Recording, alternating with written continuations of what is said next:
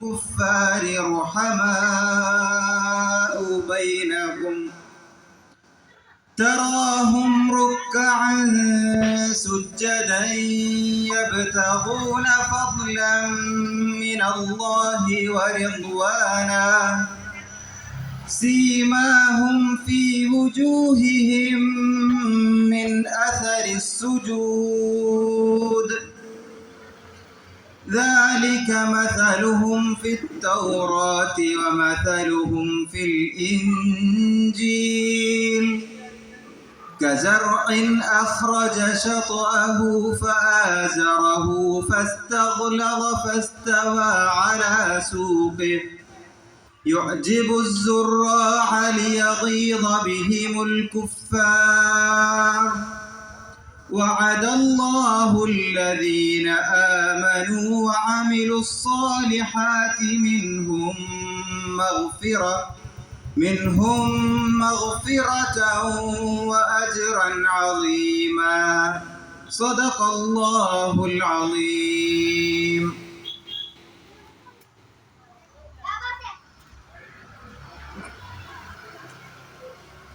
السلام عليكم ورحمة الله وبركاته.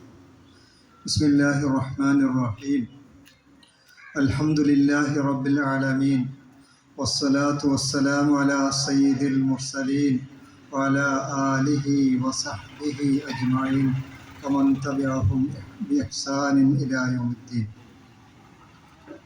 ഏറെ പ്രിയമുള്ള നമ്മുടെ ഇന്നത്തെ മുഖ്യാതിഥി ബഷീർ സാഹിബ്, ഈ യോഗത്തിൻ്റെ ഈ പരിപാടിയുടെ അധ്യക്ഷൻ Jamaate Islami Trikaripur area president NKP Shahul Hameed Sahib, അതുപോലെ സംഘാടകരുടെ വലിയ ക്ഷണം സ്വീകരിച്ച് ഇവിടെ എത്തിയ സഹോദരങ്ങളെ, സഹോദരിമാരെ, അല്ലാഹു സുബ്ഹാനഹു വ തആല നമ്മെ ഏവരെയും അനുഗ്രഹിക്കുമാറാകട്ടെ. നമ്മളൊക്കെ വലിയ രണ്ട് സന്തോഷത്തിലാണ്. അതിലൊന്നാമത്തേത്, ഇന്ന് ഇന്ത്യൻ പൗരന്മാർ അതിൻ്റെ സ്വാതന്ത്ര്യത്തിൻ്റെ 80ാം വാർഷികം ആഘോഷിക്കുന്ന ഒരു സുദിനമാണ്.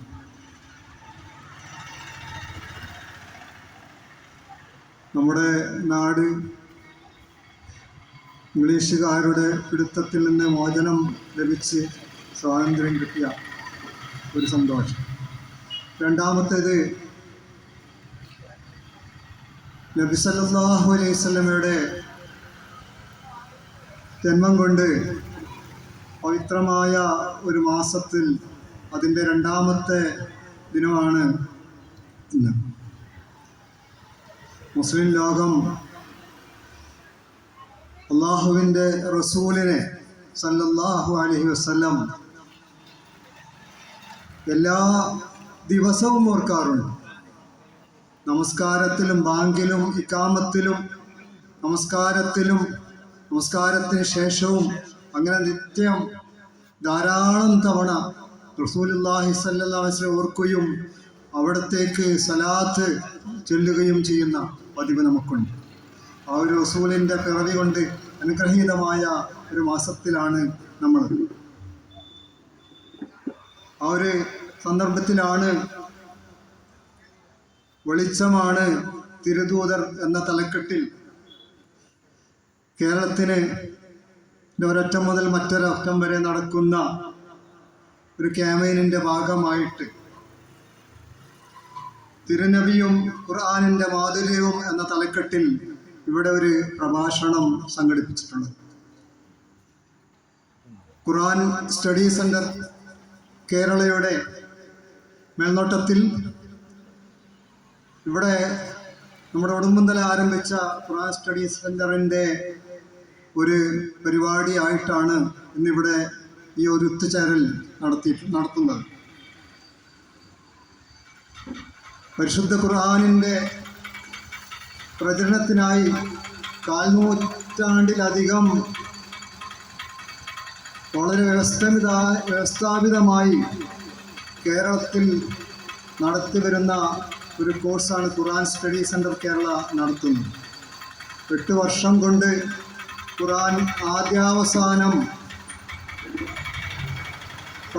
റെഗുലറായും മുതൽ പ്രൈവറ്റായും പഠിച്ചുകൊണ്ടിരിക്കുന്ന ഒരു സംവിധാനമാണ് ഖുർആൻ സ്റ്റഡി സെൻറ്റർ കേരള. 10,000-കണക്കിന് പുരുഷന്മാരും സ്ത്രീകളും കഴിഞ്ഞ 25 വർഷമായിട്ട് വ്യവസ്ഥാപിതമായിട്ട് ഖുർആൻ പഠിക്കുകയുണ്ടായി. നമ്മുടെ ജില്ലയിലും നമ്മുടെ പഞ്ചായത്തിലും നമ്മുടെ പരിസര പ്രദേശങ്ങളിലും ധാരാളം വനിതകളും യുവാക്കളും ഖുർആൻ സ്റ്റഡി സെൻറ്ററിൻ്റെ കീഴിൽ പഠനം നടത്തുന്നുണ്ട്. ഖുർആൻ സ്റ്റഡിയുടെ കീഴിൽ കഴിഞ്ഞ ആഗസ്റ്റ് 2-ന് കേരളത്തിൻ്റെ വിവിധ ഭാഗങ്ങളിൽ അതിൻ്റെ നടത്തായിരുന്നു. പല പ്രദേശങ്ങളിലും വെള്ളപ്പൊക്കം കാരണമായി ആളുകൾക്ക് പുറത്തിറങ്ങാൻ പറ്റാത്ത ഒരവസ്ഥയുണ്ടായപ്പോൾ ആ പരീക്ഷ ആഗസ്റ്റ് 30-ലേക്ക് മാറ്റിയിരിക്കുകയാണ്. അങ്ങനെ വളരെ വ്യവസ്ഥാപിതമായിട്ടാണ് ഖുർആൻ സ്റ്റഡി സെൻറ്ററിൻ്റെ കീഴിൽ പരീക്ഷകൾ നടന്നുകൊണ്ടിരിക്കുന്നത്. അതിൽ നമ്മുടെ നാട്ടിലുള്ള ധാരാളം യുവാക്കളും അതുപോലെ വനിതകളും പങ്കാളികളാവുന്നു എന്നത് ഏറെ സന്തോഷത്തിന് വക നൽകുന്ന ഒരു കാര്യമാണ്. ഞാൻ എൻ്റെ സ്വാഗതം നീട്ടുന്നില്ല. എനിക്ക് ആവശ്യപ്പെടാനുള്ളത് ഈ പഠനവേദിയുമായി നിങ്ങൾ സഹകരിക്കുകയും ധാരാളം പേരെ അതിലേക്ക് ചേർക്കുകയും എത്തിക്കുകയും ചെയ്യേണ്ടതുണ്ട്. എന്നാൽ മാത്രമേ പരിശുദ്ധ ഖുർആനിനോടും അതുപോലെ നബി സല്ലല്ലാഹു അലൈഹി വസല്ലമയെ നാം ആ പ്രവാചക സുന്നത്ത് ഖുർആൻ ആശയം നമ്മുടെ ഖുർആൻ നബി സല്ലല്ലാഹു അലൈഹി വസല്ലമയുടെ ജീവിതമായിരുന്നു എന്നാണ്. ആ അർത്ഥത്തിൽ നമ്മുടെ ജീവിതത്തിൽ വലിയ അനുഗ്രഹങ്ങൾക്ക് കാരണവാൻ അത് നൽകും. ആ അർത്ഥത്തിൽ ഇതിനെ നിങ്ങൾ ഉൾപ്പെടുത്തണമെന്ന് കൂടി പറയുകയാണ്. ഞാനിവിടെ വളരെ എളിയ ക്ഷണം സ്വീകരിച്ച് വളരെ വിദൂരത്തുനിന്ന് ബഷീർ മൊഹിദ്ദീൻ സാഹിബ് ഇവിടെ എത്തിയിട്ടുണ്ട്. അദ്ദേഹം കെ മൊയ്ദ് മൗലവി എന്ന അറിയപ്പെടുന്ന സാഹിത്യകാരനും അറബി കവിയും പിന്നെ കുറ്റ്യാടി മഹലിൻ്റെ കാദിയുമൊക്കെ ആയിരുന്നു. അദ്ദേഹത്തിൻ്റെ മകനാണ് ബഷീർ മൊഹിദ്ദീൻ സാഹിബ്. ഇപ്പോൾ കുറ്റ്യാടി പി സ്ക്വയർ ഖത്തീബായിട്ട് ജോലി ചെയ്യുന്നു. അതിനുവേണ്ടി ആദരപൂർവ്വം സ്വാഗതം ചെയ്യും.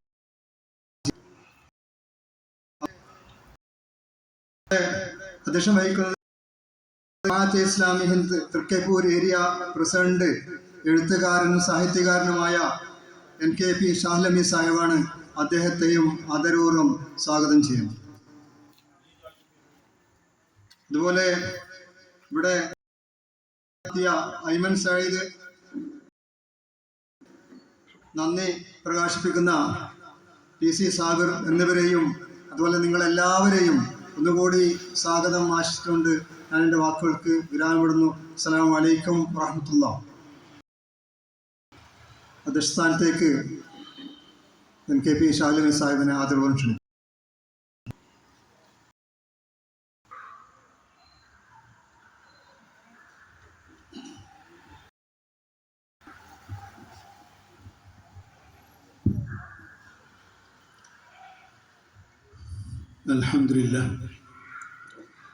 അൽഹംദുലില്ലാഹി റബ്ബിൽ ആലമീൻ വസ്സലാത്തു വസ്സലാമു അലാ റസൂലില്ലാഹി വഅലാ ആലിഹി വസഹ്ബിഹി അജ്മഈൻ. ബഹുമാനപ്പെട്ട സഈദ് ഉമർ സാഹിബ്, സ്നേഹം നിറഞ്ഞ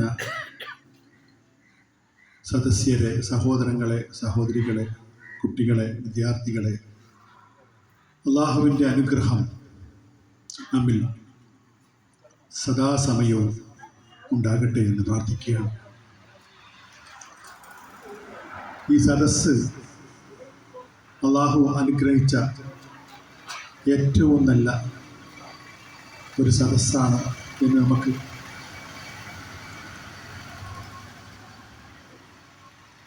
പറയാൻ ഒന്നും മടിക്കേണ്ടതില്ല. കാരണം ഖുർആൻ ഏതെങ്കിലും ഒരു വിഷയവുമായിട്ട് ബന്ധപ്പെട്ടോ അതൊക്കെ വലുതാണ്. പ്രവാചകൻ സല്ലല്ലാഹു അലൈഹി വസല്ലം പറഞ്ഞത്, നിങ്ങളുടെ കൂട്ടത്തിൽ ഏറ്റവും ഉന്നതർ ഖുർആൻ പഠിക്കുന്നവരും പഠിപ്പിക്കുന്നവരുമാണ്. അതുപോലെ ഖുർആൻ ഇറങ്ങിയ മാസം ആണ് റമദാൻ മാസം. ആ റമദാൻ മാസം മാസങ്ങളിൽ ഏറ്റവും ശ്രേഷ്ഠവും, ഖുർആൻ ഇറങ്ങിയ ദിവസം ലൈലത്തുൽ ഖദ്ർ രാത്രികളിൽ ഏറ്റവും ശ്രേഷ്ഠവുമായി. ഖുർആൻ കൊണ്ടുവന്ന ജിബ്രീൽ മലക്കുകളുടെ കൂട്ടത്തിൽ അലൈഹിസ്സലാം ഏറ്റവും ഉന്നതനായി. ഖുർആൻ നമുക്ക് പഠിപ്പിച്ചെന്ന പ്രവാചകൻ സല്ലല്ലാഹു അലൈഹി വസല്ലമ പ്രവാചകന്മാരുടെ കൂട്ടത്തിൽ ഏറ്റവും ഉന്നതൻ. ഇങ്ങനെ ഖുർആൻ എന്തെങ്കിലും കാര്യത്തെ തൊടുന്നുണ്ടോ അതൊക്കെയും ഉന്നതമാകുന്നത്. അതുകൊണ്ടാണ് ഞാൻ പറഞ്ഞത് ഈ സദസ്സും വളരെ ഉന്നതമായ ഒരു സദസ്സാണ്. കാരണം ഇവിടെ നമ്മൾ ചർച്ച ചെയ്യുന്നത് തിരുനബിയും ഖുർആന്റെ മാധുര്യവും എന്ന വിഷയത്തെ.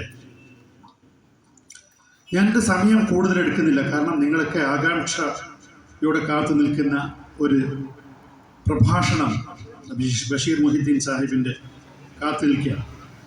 ആ നിലയ്ക്ക് ഞാൻ കൂടുതൽ സംസാരിക്കുന്നത് അർത്ഥമില്ല. എങ്കിലും എന്നെ ഇവിടെ അധ്യക്ഷനായി തിരഞ്ഞെടുത്തതിൽ, അല്ലെങ്കിൽ അതിന് ആ ഒരു പദവി കിട്ടിയതിൽ അൽഹംദുലില്ലാഹ് ഞാൻ അള്ളാഹുവിനെ സ്തുതിക്കുകയാണ്.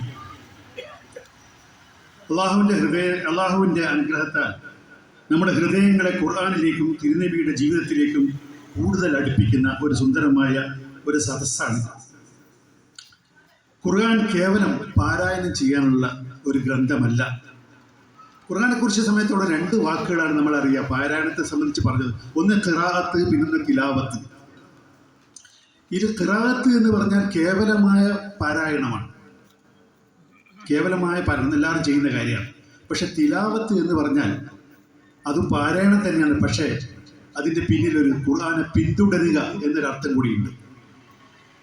നമ്മളൊക്കറിയാം അല അന അല്ലൈലി അത്റാഫിൻ നഹാർ എന്നൊക്കെ പറഞ്ഞുകൊണ്ട് രാപ്പകലുകളിൽ ഖുർആൻ വായിച്ചുകൊണ്ടിരിക്കുമെന്ന് പറയുന്നിടത്ത് ഉപയോഗിച്ച പദം തിലാവത്ത് എന്നുള്ളതാണ്, അല്ലാണ്ട് ഖിറാഅത്തല്ല.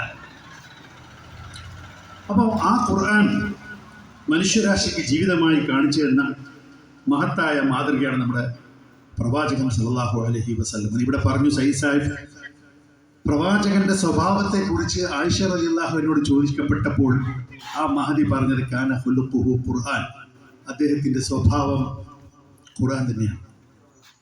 എത്ര മനോഹരമായ മറുപടിയാണത്, ഒറ്റ വാചകത്തിൽ.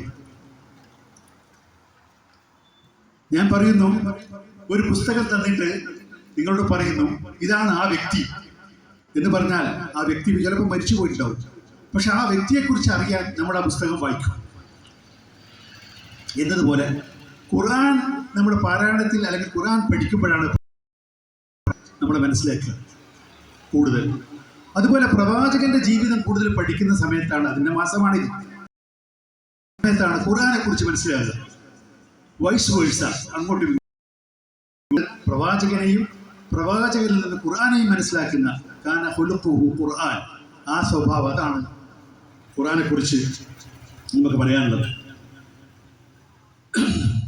ഇവിടുന്ന് ഈ പ്രസംഗം കഴിഞ്ഞ് പോയി കഴിഞ്ഞാൽ നിങ്ങൾക്കൊക്കെ ബഷീർ മുഹിദ്ദീൻ സാഹിബിൻ്റെ പ്രസംഗത്തെക്കുറിച്ച് മനസ്സിൽ ഒരു ഓർമ്മയുണ്ടാവും. എത്ര നല്ല പ്രഭാഷണം, എന്ത് നന്നായി അദ്ദേഹം പറഞ്ഞു എന്നൊക്കെ. പക്ഷെ അത് മാത്രം പോരാ. നമ്മുടെ ഖുർആൻ നമ്മുടെ വീടുകളിലുണ്ട്, നമ്മുടെ വണ്ടിയിലുണ്ട്, നമ്മുടെ മൊബൈലിലുണ്ട്. ഇല്ലാത്ത നമ്മുടെ മനസ്സിൽ മാത്രമാണ്. ഖുർആനിൽ നിന്ന് നമ്മുടെ മനസ്സിലേക്ക്, ജീവിതത്തിലേക്ക് എന്തെങ്കിലും നമ്മൾ ആവാഹിക്കുന്നുണ്ടോ എങ്കിൽ മാത്രമേ അതുകൊണ്ട് ഫലമുള്ളൂ. അതുകൊണ്ട് ഇവിടുന്ന് നിങ്ങൾ പോകുമ്പോൾ ഞാനും ഖുർആനും തമ്മിലുള്ള ബന്ധം എന്താണ്, എന്നിൽ ഖുർആൻ എങ്ങനെ സ്വാധീനിച്ചു, പ്രവാചക ജീവിതം എന്നെ എങ്ങനെ മാറ്റി, ഈ പ്രത്യേകിച്ച് ഈ മാസത്തിൽ പ്രവാചകന്റെ ഒരു സുന്നത്തെങ്കിലും നമ്മൾ എടുക്കാൻ വേണ്ടി പ്രതിജ്ഞ ചെയ്യണമെന്നാണ് എനിക്ക് എന്നോടും എൻ്റെ പ്രിയപ്പെട്ട സദസ്യരോടും പറയാനുള്ളത്. അതാണ് നമ്മൾ ഈ മാസത്തോട് ചെയ്യേണ്ട ഏറ്റവും വലിയ ഒരു കടമാണ്. ഞാൻ അവസാനിപ്പിക്കുകയാണ്. ബഷീർ മുഹീദ്ദീൻ സാഹിബിൻ്റെ പിതാവ് മൊയ്തു സാഹിബിനെ കുറിച്ച് പറഞ്ഞു. നമ്മുടെ തഖ്വ പള്ളിയുടെ ഉദ്ഘാടനം നടത്തിയത് ആ മഹൽ വ്യക്തിത്വമായിരുന്നു. അതുപോലെ ബഷീർ മുഹീദ്ദീൻ സാഹിബ് എന്ന് പറഞ്ഞാൽ നമ്മുടെ ഒക്കെ ഓൺലൈൻ ഗുരുനാഥനാണ്. ആയാത്ത് ദർസെ ഖുർആൻ എന്ന ആ ഒരു പരിപാടികൾ കൂടി വർഷങ്ങളായി ദിവസവും അല്ലെങ്കിൽ ആഴ്ചക്ക് ഒരു തവണയെങ്കിലും മിനിമം നമ്മൾ അദ്ദേഹത്തിൻ്റെ പ്രസംഗം കേട്ടിരുന്നു ഖുർആനെക്കുറിച്ച്. ഇന്നും യൂട്യൂബിൽ അതുണ്ട്. ഈ വിനീതൻ ആരെങ്കിലും ക്ലാസ് എടുക്കാൻ പറഞ്ഞാൽ റഫർ ചെയ്യുക ബഷീർ മുഹീദ്ദീൻ സാഹിബിൻ്റെ ആ ഒരു ചാപ്റ്റർ യൂട്യൂബിൽ നോക്കി. ഏത് സമയത്ത് നമുക്ക് യൂട്യൂബിൽ എത്തിക്കഴിഞ്ഞാൽ അദ്ദേഹത്തെ കാണാം. അങ്ങനെ നമ്മുടെ നാട്ടിൻ്റെ ഒരു ഓൺലൈൻ ഗുരുനാഥൻ കൂടിയാണ് ബഷീർ മുഹീദ്ദീൻ സാഹിബ്. അദ്ദേഹത്തെ ഈ പരിപാടിയിലേക്ക് കിട്ടിയത് നമ്മുടെ ഒക്കെ ഭാഗ്യമാണ്. ഞാൻ വീണ്ടും കൂടുതൽ സംസാരിച്ചു പോകുന്നു, അതുകൊണ്ട് ഞാൻ അവസാനിപ്പിക്കുകയാണ്. ഇവിടെ ഇന്നെത്തിയ ഈ പരിപാടിയുടെ സംഘാടകർക്കാണ് ഞാൻ എൻ്റെ അഭിനന്ദനങ്ങളും നന്ദിയും അറിയിക്കുന്നത്. ഇതിലേക്ക് സമയം കണ്ടെത്തിയ മുഴുവൻ സഹോദരങ്ങൾക്കും സഹോദരിമാർക്കും ഹൃദയം നിറഞ്ഞ ഒരു കൃതജ്ഞത കൂടി ഞാൻ എൻ്റെ അധ്യക്ഷ പദവി ഉപയോഗിച്ചുകൊണ്ട് പറഞ്ഞുകൊണ്ട് ഈ പരിപാടിയിൽ വിഷയം അവതരിപ്പിക്കാൻ എൻ്റെ ഗുരുനാഥനായ ബഷീർ മുഹീദ്ദീൻ സാഹിബെ ആദരപൂർവ്വം ക്ഷണിച്ചുകൊണ്ട് ഞാൻ അവസാനിപ്പിക്കുന്നു. അസ്സലാമു അലൈക്കും വറഹ്മത്തുള്ളാഹി വബറകാതുഹു.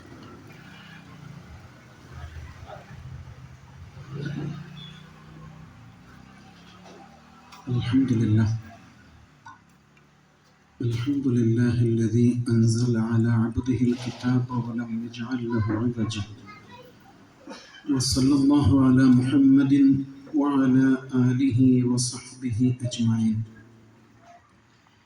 أعوذ بالله من الشيطان الرجيم. بسم الله الرحمن الرحيم. هو الذي بعث في الأمين رسولا منهم يتلو عليهم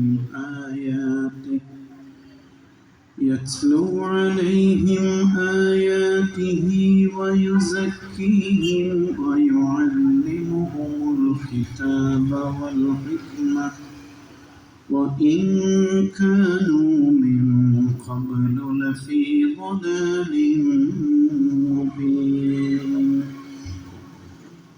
وقال نبينا محمد صلى الله عليه وسلم خيركم من تعلم القرآن وعلمه. സ്നേഹാദരണീയനായ സയ്യിദ് ഉമർ സാഹിബ്, അധ്യക്ഷൻ NKP ഷാഹുൽ ഹമീദ് സാഹിബ്, ഏറെ സ്നേഹമുള്ള സഹോദരി സഹോദരന്മാരെ, അസ്സലാമു അലൈക്കും വറഹ്മത്തുള്ളാഹി. അല്ലാഹു സുബ്ഹാനഹു തആല ഈ സായാഹ്നത്തിലെ നമ്മുടെ ഒത്തുചേരലിനെ അനുഗ്രഹിക്കുമാറാവട്ടെ.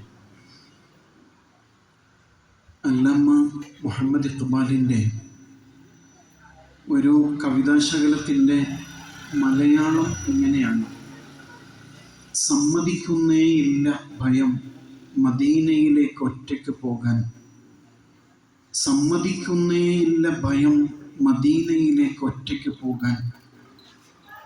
മനസ്സോതുന്നു ഭയപ്പെടേണ്ട, പൂർണ്ണ മുസൽമാനായി മുന്നേറുക. മനസ്സോതുന്നു ഭയപ്പെടേണ്ട, പൂർണ്ണ മുസൽമാനായി മുന്നേറുക. നിങ്ങൾക്ക് ധൈര്യമുണ്ടോ മദീനയിലേക്ക് ഒറ്റയ്ക്ക് പോകാൻ? ഉണ്ടോ? എനിക്ക് ധൈര്യമില്ല. റസൂലുള്ളാഹി സ്വല്ലല്ലാഹു അലൈഹി വസല്ലമയുടെ സന്നിധിയിലേക്ക് തനിച്ച് കയറി ചെല്ലുക എന്നത് ഏറെ വെല്ലുവിളികൾ നിറഞ്ഞ ഒരു അനുഭവമായിരിക്കും. പക്ഷെ മദീന നമ്മുടെ ഒരു വികാരമാണ്. മദീനയിലെത്താൻ റൗള സിയാറ ചെയ്യാൻ നമ്മളൊക്കെ കൊതിക്കുന്നുണ്ട്. അല്ലാമ ഇഖ്ബാൽ എന്തുകൊണ്ടായിരിക്കും ഇങ്ങനെ ഭയപ്പെട്ടത്? മദീനയിലേക്ക് ഒറ്റയ്ക്ക് പോകാൻ മനസ്സ് സമ്മതിക്കുന്നേ ഇല്ല എന്ന് പറഞ്ഞത് എന്തുകൊണ്ടാണ്? ഹോംവർക്ക് ചെയ്യാത്ത ഒരു വിദ്യാർത്ഥി ക്ലാസ് ടീച്ചറുടെ അടുക്കലേക്ക് ചെല്ലുമ്പോൾ ഉണ്ടാകുന്നൊരു ഭയപ്പാടില്ലേ? ഹോംവർക്ക് ചെയ്യാതെ ക്ലാസ്സിലേക്ക് ചെല്ലുമ്പോൾ ഉണ്ടാകുന്നൊരു ഭയം. ഇതേപോലെ ലോകത്തിൻ്റെ ഗുരുവായ റസൂലുള്ളാഹി സ്വല്ലല്ലാഹു അലൈഹി വസല്ലം നമ്മെ പഠിപ്പിച്ച ഒരുപാട് അധ്യാപനങ്ങൾ, ആ അധ്യാപനങ്ങൾ ജീവിതത്തിൽ പകർത്താതെ ഹോംവർക്ക് ചെയ്യാതെ എങ്ങനെയാണ് ആ സന്നിധിയിലേക്ക് ചെന്നെത്തുക എന്നോർക്കുമ്പോൾ ഭയം തോന്നുന്നില്ലേ? അല്ലേ?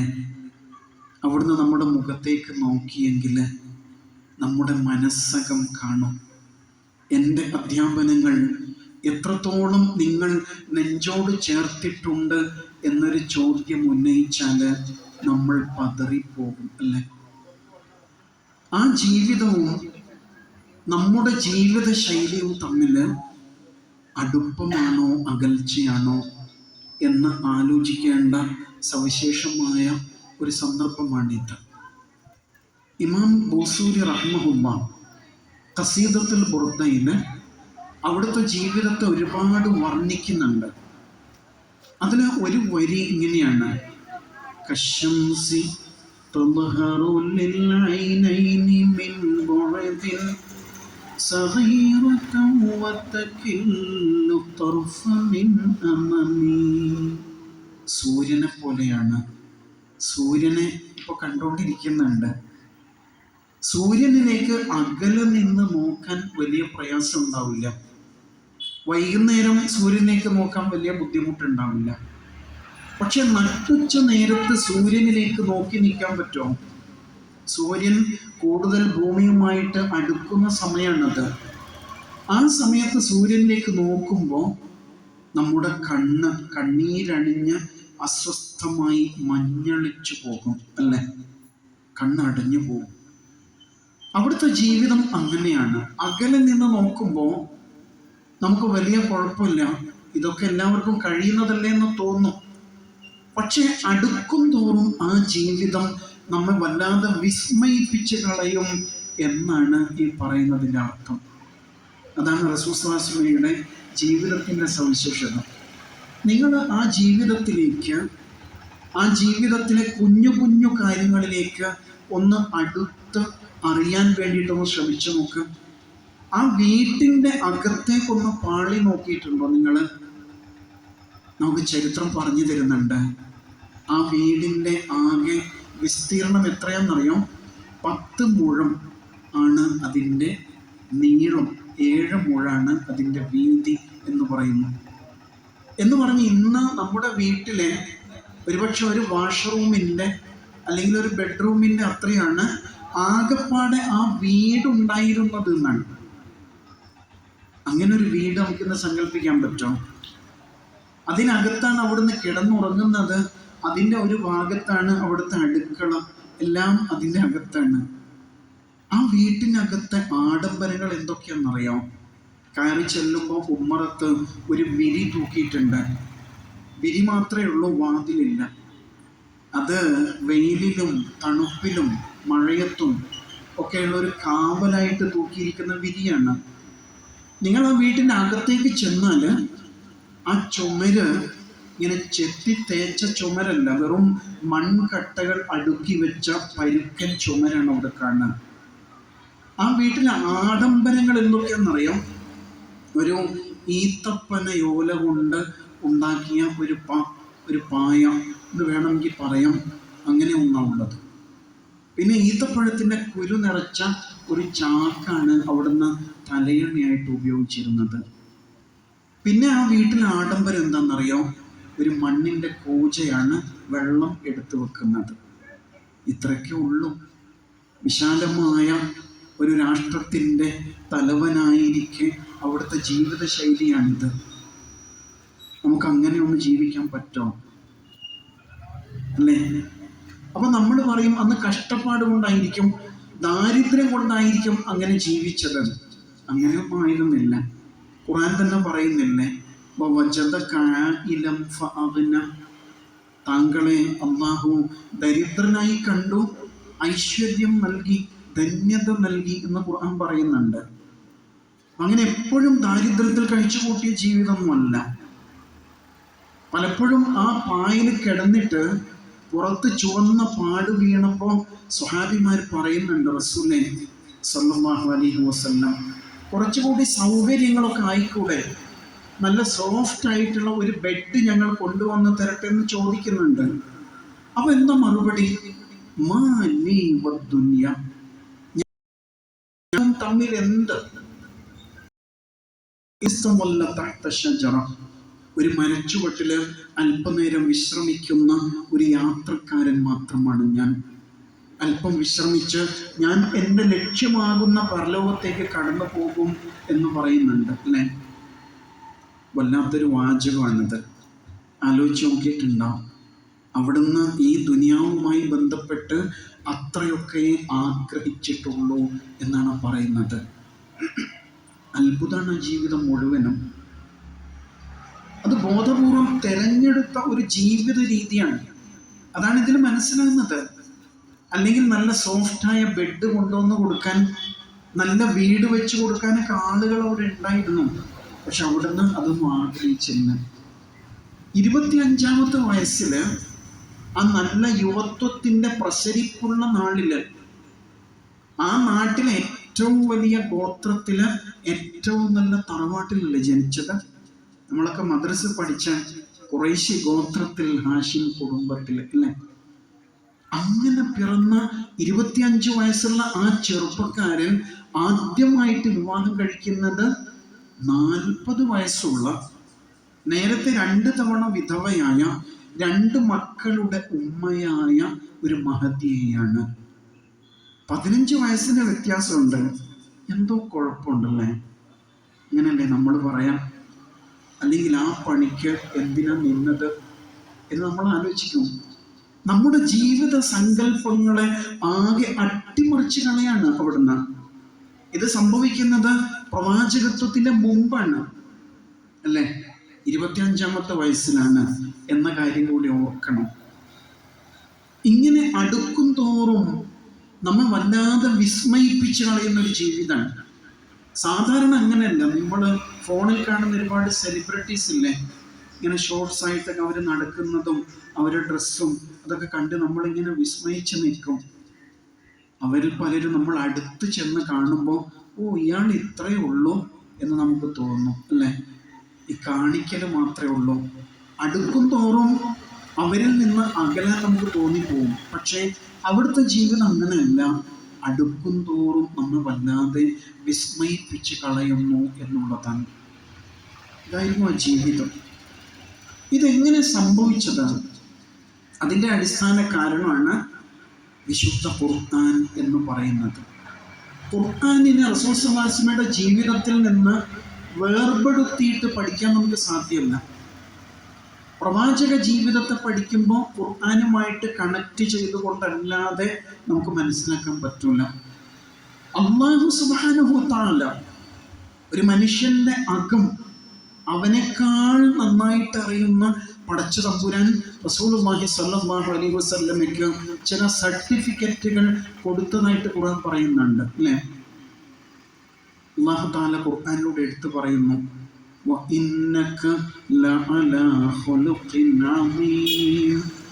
നിശ്ചയം താങ്കൾ മഹത്തായ സ്വഭാവ ഗുണമുടയവനാണ്. സൂറത്തുൽ ഖലമിൽ പഠിച്ചവൻ നമുക്ക് പറഞ്ഞു തരികയാണ്. റസൂൽ സല്ലല്ലാഹു അലൈഹി വസല്ലം ജീവിച്ചിരിക്കുമ്പോൾ അവിടുത്തെ മനസ്സ് ഉള്ളകം നന്നായിട്ടറിയുന്ന പടച്ച തമ്പുരാൻ റസൂൽ സല്ലല്ലാഹു അലൈഹി വസല്ലമയെ സാക്ഷ്യപ്പെടുത്തിക്കൊണ്ട് പറയാണ്, താങ്കൾ മഹത്തായ സ്വഭാവത്തിൻ്റെ ഉടമയാണ്. ഇങ്ങനെ വേറെയും ആയത്തുകൾ കാണാം.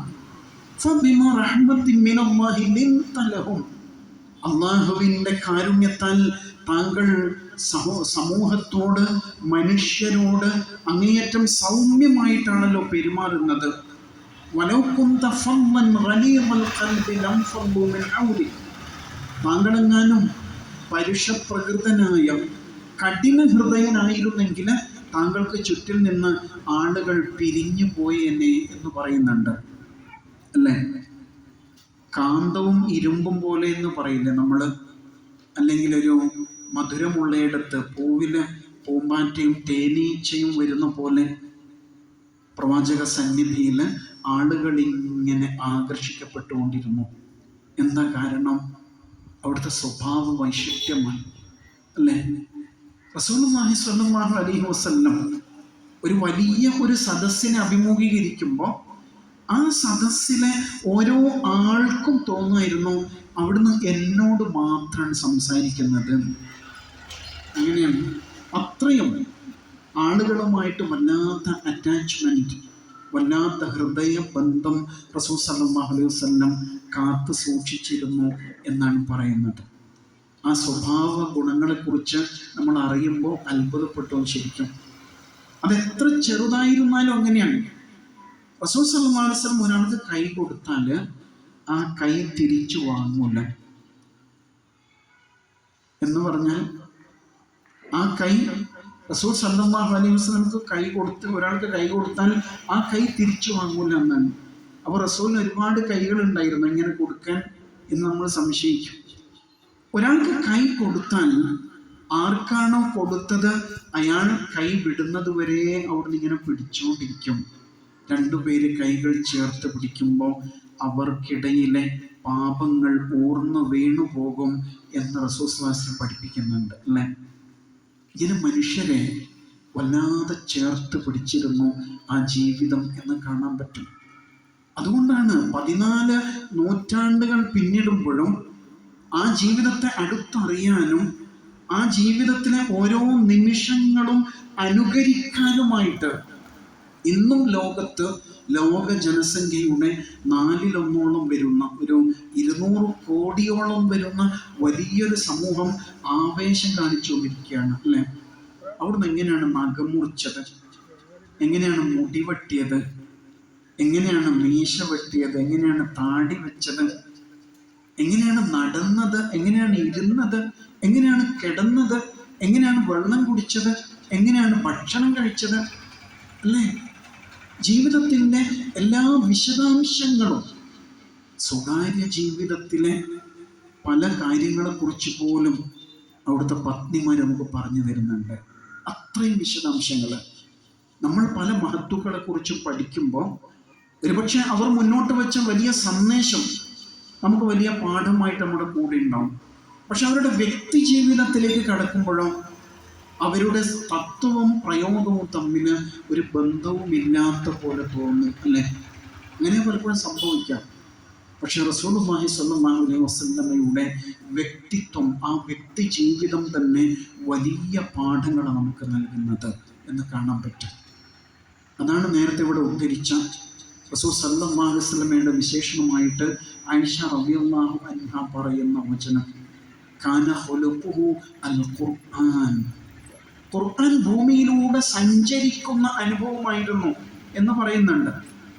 ഖുർആനിന് ജീവനുണ്ടെങ്കിൽ അതെങ്ങനെയായിരിക്കും ഭൂമിയിൽ സഞ്ചരിക്കുക? അതാണ് റസൂൽ സ്വല്ലല്ലാഹു അലൈഹി വസല്ലമയുടെ ജീവിതം എന്ന് രേഖപ്പെടുത്തപ്പെട്ടത് നമ്മൾ കാണുന്നു. അപ്പോൾ ആ ജീവിതത്തിലെ ഓരോ രംഗങ്ങളും പഠിച്ചെടുക്കാൻ വേണ്ടിയുള്ള ബോധപൂർവമായ ശ്രമമാണ് നമ്മിൽ ഉണ്ടാവേണ്ടത്. അതിന് സമയം കണ്ടെത്തണം. അങ്ങനെയുള്ള ശ്രമങ്ങൾ ഉണ്ടാകണം. ഇന്ന് നമ്മൾ ആലോചിച്ച് നോക്കിയാൽ നമ്മുടെ മക്കൾക്കൊക്കെ ഉണ്ടല്ലോ പലതരം ഹീറോകളുള്ള കാലമാണ് അല്ലേ? ഹീറോ വേർഷിപ്പിൻ്റെ കാലമാണ്. ഒന്നുകിൽ സ്പോർട്സിൽ അല്ലെങ്കിൽ കലാരംഗത്തൊക്കെയുള്ള ആളുകളുടെ ഡ്രസ് കോഡ്, അല്ലെങ്കിൽ അവരുടെ ഹെയർ സ്റ്റൈല്, അവരുടെ നടത്തം, ഇതൊക്കെ നമ്മുടെ മക്കളൊക്കെ അനുകരിച്ചു കൊണ്ടിരിക്കുന്ന കാലമാണ്. ഇപ്പോൾ വേൾഡ് കപ്പ് ഫുട്ബോൾ കഴിഞ്ഞു, അവർക്ക് പുതിയ കുറേ ഹീറോസിനെ കിട്ടിയിട്ടുണ്ടാവും. അങ്ങനെയൊക്കെയാണ്. യഥാർത്ഥത്തിൽ നമ്മൾ നമ്മുടെ ഹീറോ ആയിട്ട് കാണേണ്ടത് അല്ലാഹുവിൻ്റെ റസൂൽ സല്ലല്ലാഹു അലൈഹി വസല്ലമയല്ലേ? ഇങ്ങനെയാണല്ലോ സത്യവിശ്വാസി ആകേണ്ടത്. അവിടുന്ന് പഠിപ്പിക്കുന്നുണ്ട് നമ്മുടെ ഈമാനിനോട് ചേർത്തുകൊണ്ട്, ലാ യുഅ്മിനു അഹദുക്കും ഹത്താ യകൂന ഹവാഹു തബഅൻ ലിമാ ജിഅ്തു ബിഹി. നിങ്ങളിൽ ഒരാളും മുഅ്മിനാവുകയില്ല, അയാളുടെ ചിന്ത, അയാളുടെ ഹവ, ആഗ്രഹങ്ങൾ, സ്വപ്നങ്ങൾ, ഇഷ്ടങ്ങൾ, ഇച്ഛകൾ എല്ലാം ഞാൻ കൊണ്ടുവന്നതിനനുസരിച്ചാകുന്നത് വരെ ഒരാളും മുഅ്മിനാവുകയില്ല.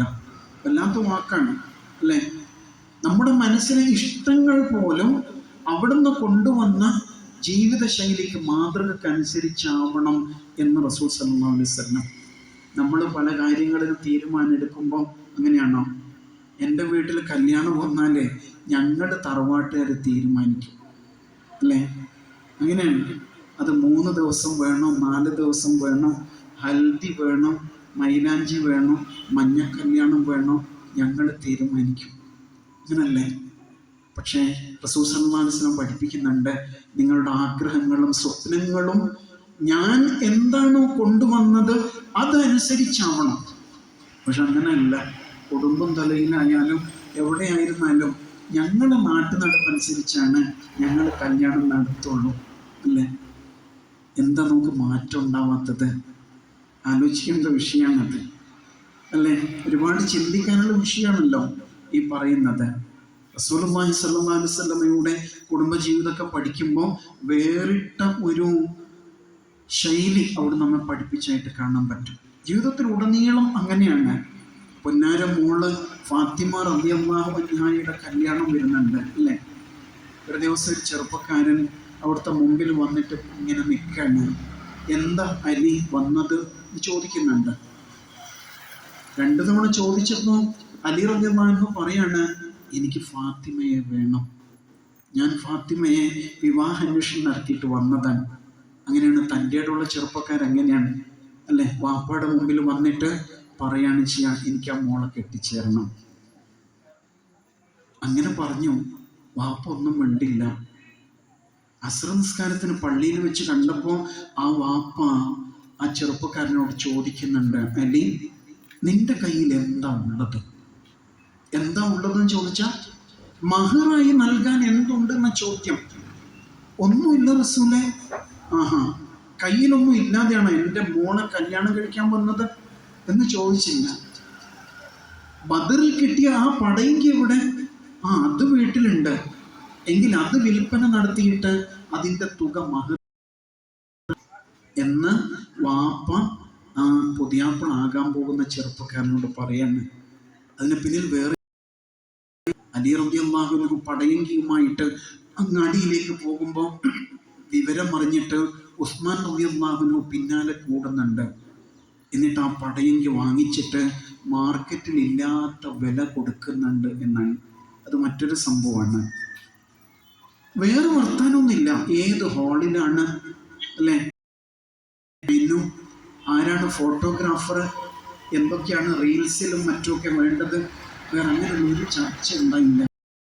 മോള് ഫാത്തിമ റളിയല്ലാഹു അൻഹയുടെ കല്യാണ ആലോചന ആലോചിച്ച് നോക്ക്.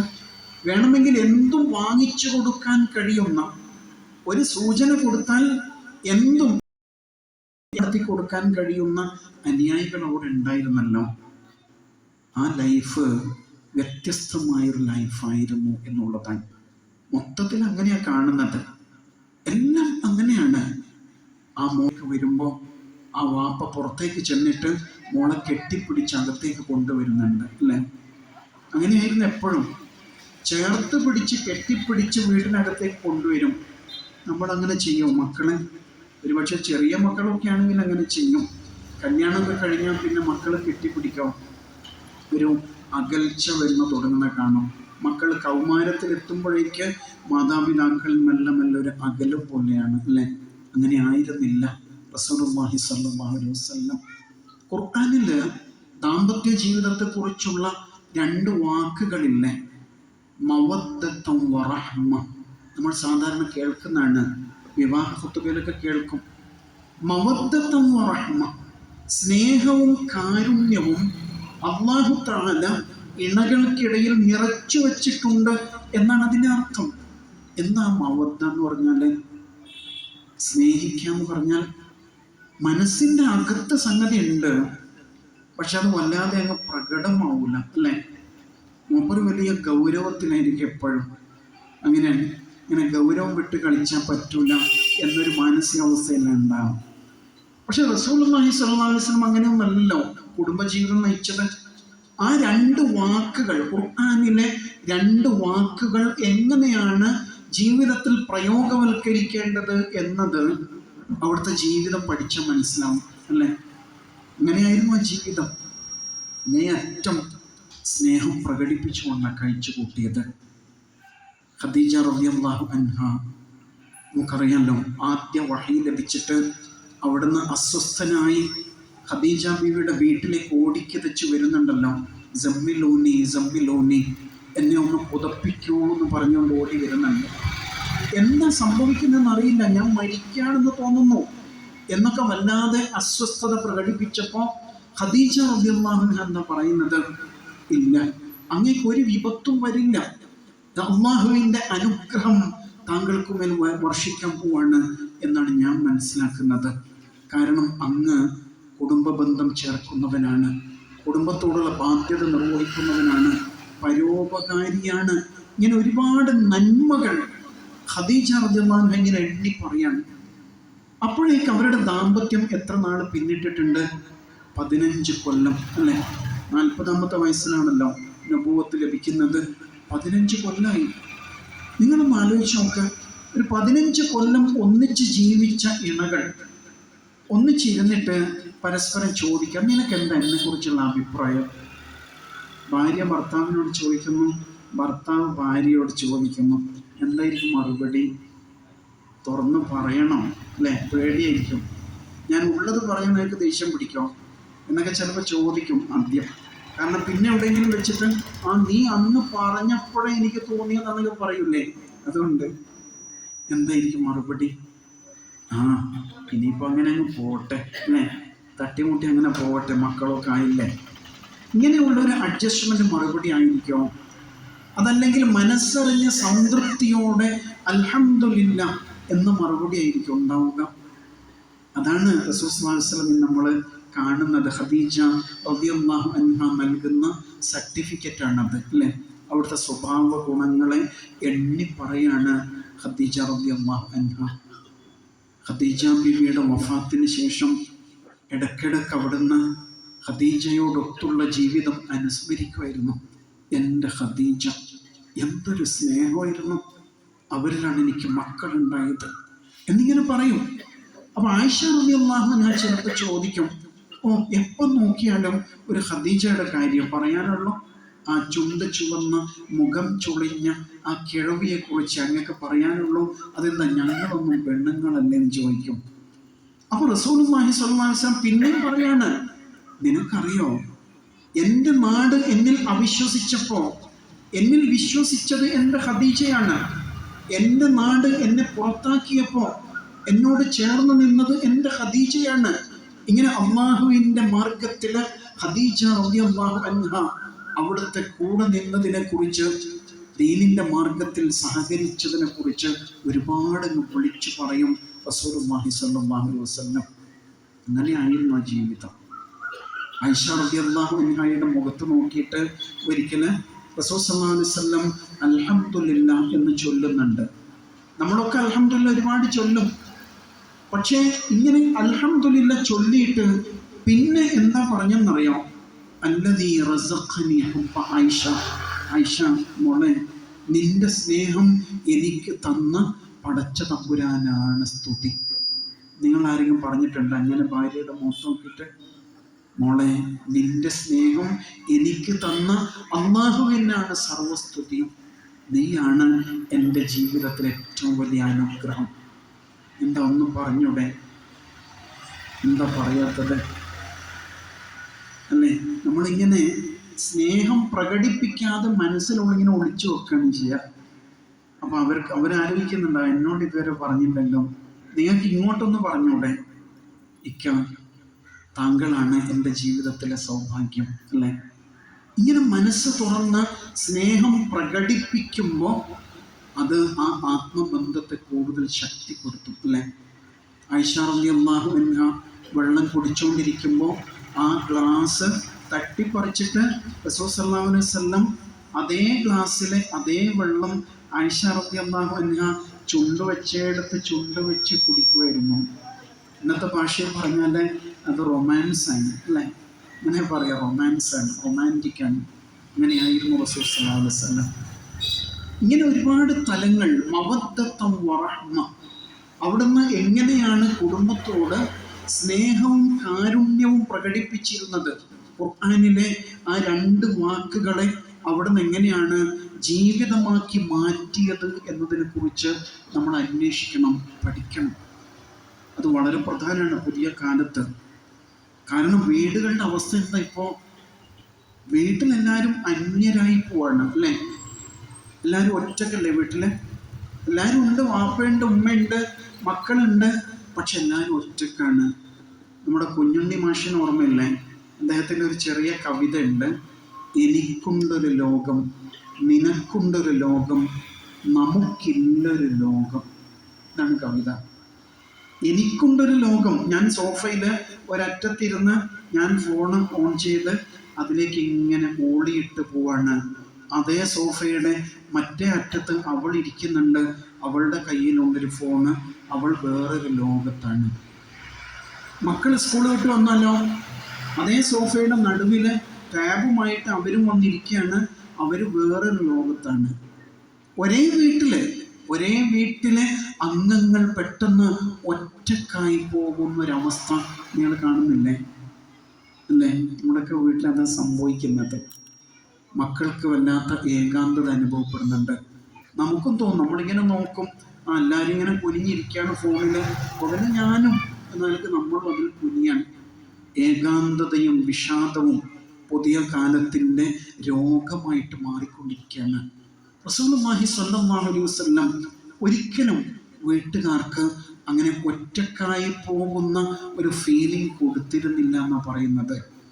ആയിഷ റളിയല്ലാഹു അൻഹയുടെ കൂടെ ഓട്ട മത്സരം നടത്തുന്നുണ്ട് അല്ലേ? എപ്പോഴാ? ഒരു സൈനികമായ യാത്ര നടന്നുകൊണ്ടിരിക്കുമ്പോൾ അതിനിടയിൽ ഓട്ട മത്സരം നടത്തുകയാണ്. മദീനയിലെ ആ സ്ഥലം അടയാളപ്പെടുത്തപ്പെട്ടിട്ടുണ്ട്. എവിടെയാണ് അവർ ഓട്ട മത്സരം നടത്തിയത്? നമ്മളങ്ങനെ ചെയ്താലോ ഇയാൾക്ക് എന്തോ കുഴപ്പമുണ്ടല്ലോ എന്ന് മറ്റുള്ളവർ പറയും, നമ്മൾ പേടിക്കും അല്ലേ? റസൂലുള്ളാഹി സ്വല്ലല്ലാഹു അലൈഹി വസല്ലമയുടെ ജീവിതത്തിൽ ഇങ്ങനെ വേറിട്ട ഒരുപാട് അനുഭവങ്ങൾ കാണും. ആ 23 വർഷത്തിനിടയിൽ ഏറ്റവും തിരക്ക് പിടിച്ച ജീവിതമാണല്ലോ. ഒരേ സമയത്ത് പ്രവാചകനാണ്, ന്യായാധിപനാണ്, സർവ്വസൈന്യാധിപനാണ്, ഒരു നാടിൻ്റെ ഭരണാധികാരിയാണ്. എല്ലാം ആയിരിക്കെ തന്നെ റസൂൽ സല്ലല്ലാഹു അലൈഹി വസല്ലം എല്ലാത്തിനും സമയം കണ്ടെത്തിയിരുന്നു എന്നുള്ളതാണ്. ഒരിക്കൽ റസൂൽ സല്ലല്ലാഹു അലൈഹി വസല്ലം ആയിഷ റളിയല്ലാഹു അൻഹയുടെ അടുക്കൽ വന്ന് പറയുന്നുണ്ട്, ആയിഷ, എത്യോപ്യയിൽ നിന്ന് ഒരു സംഘം കലാകാരന്മാർ വന്നിട്ടുണ്ട്, നിനക്ക് അവരുടെ അഭ്യാസ പ്രകടനങ്ങൾ, കലാപ്രകടനങ്ങൾ കാണണമെന്ന് ചോദിക്കുന്നുണ്ട്. ആ കാണണം റസൂലെ. രണ്ടുപേരും ഒന്നിച്ച് പുറപ്പെടുകയാണ്. അങ്ങനെ കാഴ്ചകൾ കാണുന്നു. ആയിഷ ബീവി പറയുന്നുണ്ട്, ഞാൻ റസൂൽ സ്വല്ലല്ലാഹു അലൈഹി വസല്ലമയുടെ തോളത്ത് എൻ്റെ താടിയെല്ലുകൾ ഊന്നിയിട്ടാണ് കാഴ്ചകൾ കണ്ടത് എന്ന് പറയുന്നുണ്ട്. അങ്ങനെ കുറച്ച് കഴിഞ്ഞപ്പോൾ റസൂൽ സല്ലല്ലാഹു അലൈഹി വസല്ലം ആയിഷ ബീവിയോട് ചോദിക്കുന്നുണ്ട്, ആയിഷ, നമുക്ക് തിരിച്ചു പോയാലോ? അപ്പോൾ ആയിഷ ബീവി പറയാണ്, ആയിട്ടില്ല റസൂലെ, കുറച്ചുകൂടി കഴിഞ്ഞിട്ട് പോകാം. കുറച്ച് കഴിഞ്ഞപ്പോൾ ആയിഷ ബീവി പറഞ്ഞു, നമുക്ക് പോകാം. അങ്ങനെ രണ്ടാളും ഒന്നിച്ച് തിരിച്ചു പോകുന്നുണ്ട്. എന്തിനായിരിക്കും ആയിഷ ബീവി അങ്ങനെ പറഞ്ഞത്? പിറ്റേ ദിവസം കൂട്ടുകാരികളോട് ആയിഷ ബീവി പറയുന്നുണ്ട്, അള്ളാഹുവിൻ്റെ റസൂലിന് എനിക്ക് നൽകാനായിട്ട് സമയമുണ്ടോ എന്നറിയാൻ വേണ്ടിയിട്ട് ഞാൻ റസൂലിനെ ഒന്ന് പരിശോധിച്ച് നോക്കിയതാണെന്ന് പറയുന്നുണ്ട്. അല്പം സമയം അവരുടെ ഇഷ്ടത്തിനനുസരിച്ച് കൊടുക്കാൻ കഴിയുമോ എന്ന് പരിശോധിക്കാൻ വേണ്ടിയിട്ടായിരുന്നു. ഇന്ന് കുടുംബങ്ങളുടെ പ്രശ്നം അതാണ്. ഒന്നിനും സമയമില്ല, കൂടെ ഇരിക്കാൻ സമയമില്ല. ചോദിച്ചാൽ വലിയ തിരക്കിലാണ്, കുടുംബത്തിന് വേണ്ടി അധ്വാനിച്ചു കൊണ്ടിരിക്കുകയാണെന്ന് പറയും. പക്ഷേ ഒന്ന് മിണ്ടി പറയാൻ, കൂടെ ഇരിക്കാൻ, സ്വപ്നങ്ങൾ പങ്കുവെക്കാൻ സമയമില്ലാത്ത കാലമാണ് ഇത് എന്നുള്ളതാണ്. ഇങ്ങനെ നമ്മുടെ കുടുംബരംഗം ശിഥിലമായി പോകുന്നതിനെ കുറിച്ച് വല്ലാതെ നമ്മുടെ ബേജാറാവേണ്ടിയിരിക്കുന്നു. റസൂൽ സല്ലല്ലാഹു അലൈഹി വസല്ലം തത്വങ്ങൾ പ്രസംഗിക്കായിരുന്നില്ല, ആ ജീവിതത്തിലൂടെ ുന്നത് ഓരോ കാര്യങ്ങൾ.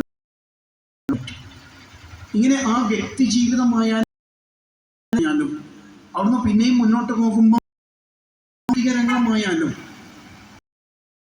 ഖുർആനിനനുസരിച്ച് കൃത്യമായ ഒരു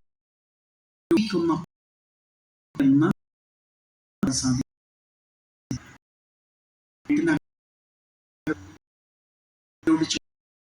എന്താണ് ഇപ്പൊ പറയും 2 ദിവസം തുടർ അടുപ്പിൽ തീ പുകയാറില്ല, കഴിച്ചാൽ നാളെ പട്ടിണിയാണ്, മറ്റന്നാൾ സങ്കടം തോന്നുന്നില്ലേ? അയ്യോ അന്ന് ആരും ഉണ്ടായില്ലേ റസൂലുള്ളാഹിന്റെ വീട്ടിൽ എന്തെങ്കിലും കൊണ്ടുവന്ന് കൊടുക്കാൻ? അപ്പൊ ആയിഷ റളിയല്ലാഹു അൻഹ പിന്നെയും പറഞ്ഞു, അങ്ങനെ സങ്കടപ്പെടുമൊന്നും വേണ്ട.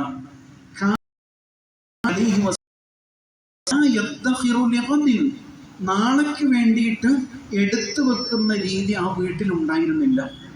ഭക്ഷണ സാധനങ്ങൾ ഇന്നത്തേത് കഴിഞ്ഞാൽ പിന്നെന്താ, അത് പരിസരത്ത് അയൽവക്ക വീടുകളിൽ ദാനം ചെയ്യാൻ കൊടുക്കാൻ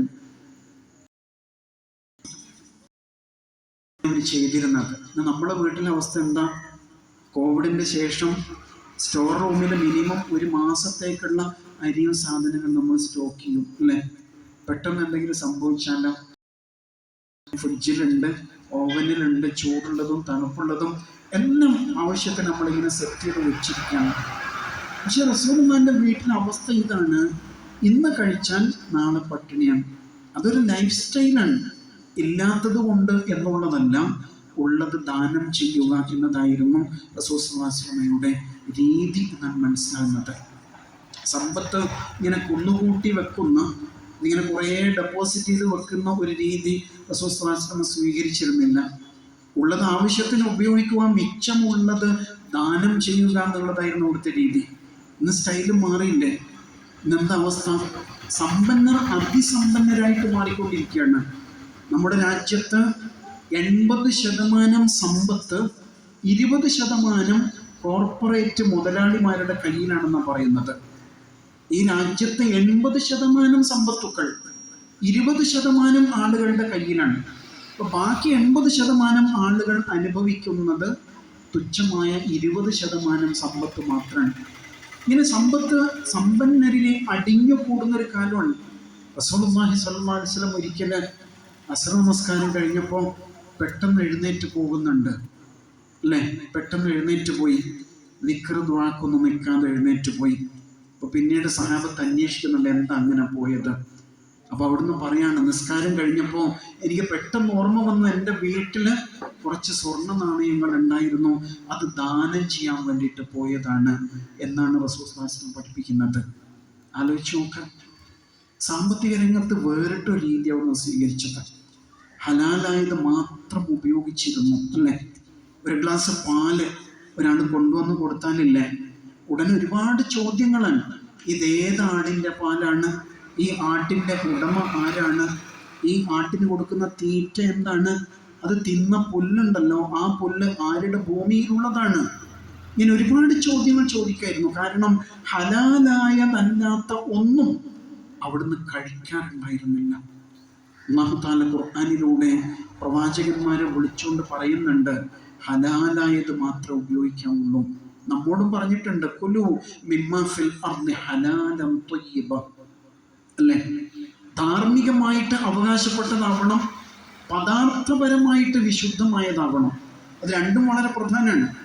ഇന്ന് നമ്മൾ ഫാസ്റ്റ് ഫുഡ് കഴിച്ചുകൊണ്ടിരിക്കുന്ന കാലമാണ്. വൈകുന്നേരം ആകുമ്പോൾ വീട്ടിൽ നിന്ന് എല്ലാവരും കൂടി പുറത്തേക്ക് പോവാണ്. അങ്ങനെ നൂഡിൽസും അതും ഇതുമൊക്കെ കഴിച്ചിട്ട് വയറ് കേടായിക്കൊണ്ടിരിക്കുന്നു, പെട്ടെന്ന് രോഗങ്ങൾക്ക് അടിമപ്പെട്ടു പോകുന്നു അല്ലേ? റസൂലുള്ളാഹി സ്വല്ലല്ലാഹു അലൈഹി വസല്ലം പഠിപ്പിച്ച ഒരു ഭക്ഷണക്രമമുണ്ട്. അതിൽ നിന്ന് നമ്മൾ ഒരുപാട് വഴിതെറ്റിപ്പോയിരിക്കുന്നു എന്നാണ് അതിൻ്റെ അടിസ്ഥാന കാരണം. കുലൂ മിമ്മാ ഫിൽ അർദി ഹലാലൻ ത്വയ്യിബ, അതൊരു ലൈഫ് സ്റ്റൈലാണ്. ഖുർആനിലെ വാചകമാണ്. കൃത്യമായിട്ട് നമ്മൾ പഠിപ്പിക്കുന്നുണ്ട്. 3-1 കഴിക്കാം, 3-1 വെള്ളം കുടിക്കാം, 3-1 കിടക്കട്ടെ എന്നാ പറഞ്ഞു. ഭക്ഷണത്തിലേക്ക് പോയ എന്താ അവസ്ഥ? ചിക്കനും ബീഫും മീനും എല്ലാം കൂടി വ്യത്യസ്ത വേവിലുള്ള ഭക്ഷണങ്ങൾ ഒരേ സമയത്ത് നമ്മൾ വെട്ടി വിഴുങ്ങിക്കൊണ്ടിരിക്കുകയാണ്. അങ്ങനെയാണ് പെട്ടെന്ന് കിഡ്നിയൊക്കെ കേടായി പോകുന്നത് എന്നല്ലേ പഠനങ്ങൾ പറയുന്നത്. ഇങ്ങനെ നിത്യജീവിതത്തിൽ എല്ലാ രംഗത്തും ഈ ജാഗ്രത ഉണ്ടാവേണ്ടതുണ്ടെന്നുള്ളതാണ്. റസൂൽ സല്ലല്ലാഹു അലൈഹി വസല്ലമയുടെ സ്വഹാബത്ത്, അവരിലെ പുരുഷന്മാര് വീട്ടിൽ നിന്ന് അധ്വാനിക്കാൻ വേണ്ടിയിട്ട് പുറത്തേക്ക് പോകുമ്പോൾ ആ വീട്ടിലെ സ്ത്രീകൾ അവരോട് പറയായിരുന്നു, നിങ്ങൾ അധ്വാനിക്കാൻ വേണ്ടി പോകല്ലേ, ഒരു കാര്യം പറയാനുണ്ട്. എന്താ പറയാനുള്ളത്? ഹലാലായ സമ്പത്തുമായിട്ട് ഇങ്ങോട്ട് വരാവുള്ളൂ എന്ന് പറയായിരുന്നു. അവർ വസിയത്ത് ചെയ്യായിരുന്നു. സഹോദരിമാരങ്ങനെ വീട്ടുകാരോട് പറയാറുണ്ടാവും. എന്നിട്ട് അവരെന്താ പറയാന്നറിയോ? ഹലാലായതേ കൊണ്ടുവരാൻ പാടുള്ളൂ. കാരണം ഇന്ന് താങ്കൾക്ക് ഒന്നും കിട്ടിയില്ലെങ്കിൽ മാന്യമായിട്ട് പട്ടിണി കിടക്കാൻ ഞങ്ങൾക്ക് കഴിയും. പക്ഷെ ഹറാമ് തിന്നിട്ട് അതിൻ്റെ പേരിൽ നാളെ നരകത്തീൻ്റെ ചൂട് സഹിക്കാൻ ഞങ്ങൾക്ക് പറ്റില്ല എന്ന് ആ കാലഘട്ടത്തിൽ സഹോദരിമാര്, അവരുടെ ഭർത്താക്കന്മാര്, വീട്ടുകാര് ജോലിക്ക് വേണ്ടി അധ്വാനിക്കാൻ വേണ്ടി പുറത്തു പോകുമ്പോൾ പറയുമായിരുന്നു എന്നാണ്. ഇന്നങ്ങനെയല്ല. നമ്മൾ അയൽവക്കത്തേക്കാണ് നോക്കുന്നത്. എത്ര പെട്ടെന്നാണ് അയാൾ കച്ചവടം തുടങ്ങിയപ്പോൾ തന്നെ വലിയ വീട് വെച്ച് കണ്ടില്ലേ, അയാൾ കാറ് വാങ്ങിച്ച് കണ്ടില്ലേ, അയാളുടെ മക്കൾ വിദേശത്ത് പഠിക്കുന്ന കണ്ടില്ലേ. ഇങ്ങനെ ഒരുപാട് കാര്യങ്ങൾ അവരോട് താരതമ്യം ചെയ്തുകൊണ്ട് നമുക്കും ജീവിക്കണം എന്ന് നമ്മൾ കരുതണം. അയൽവക്കത്ത് എങ്ങനെയാണോ കല്യാണം അങ്ങനെ തന്നെയാവും നമ്മുടെ കല്യാണം.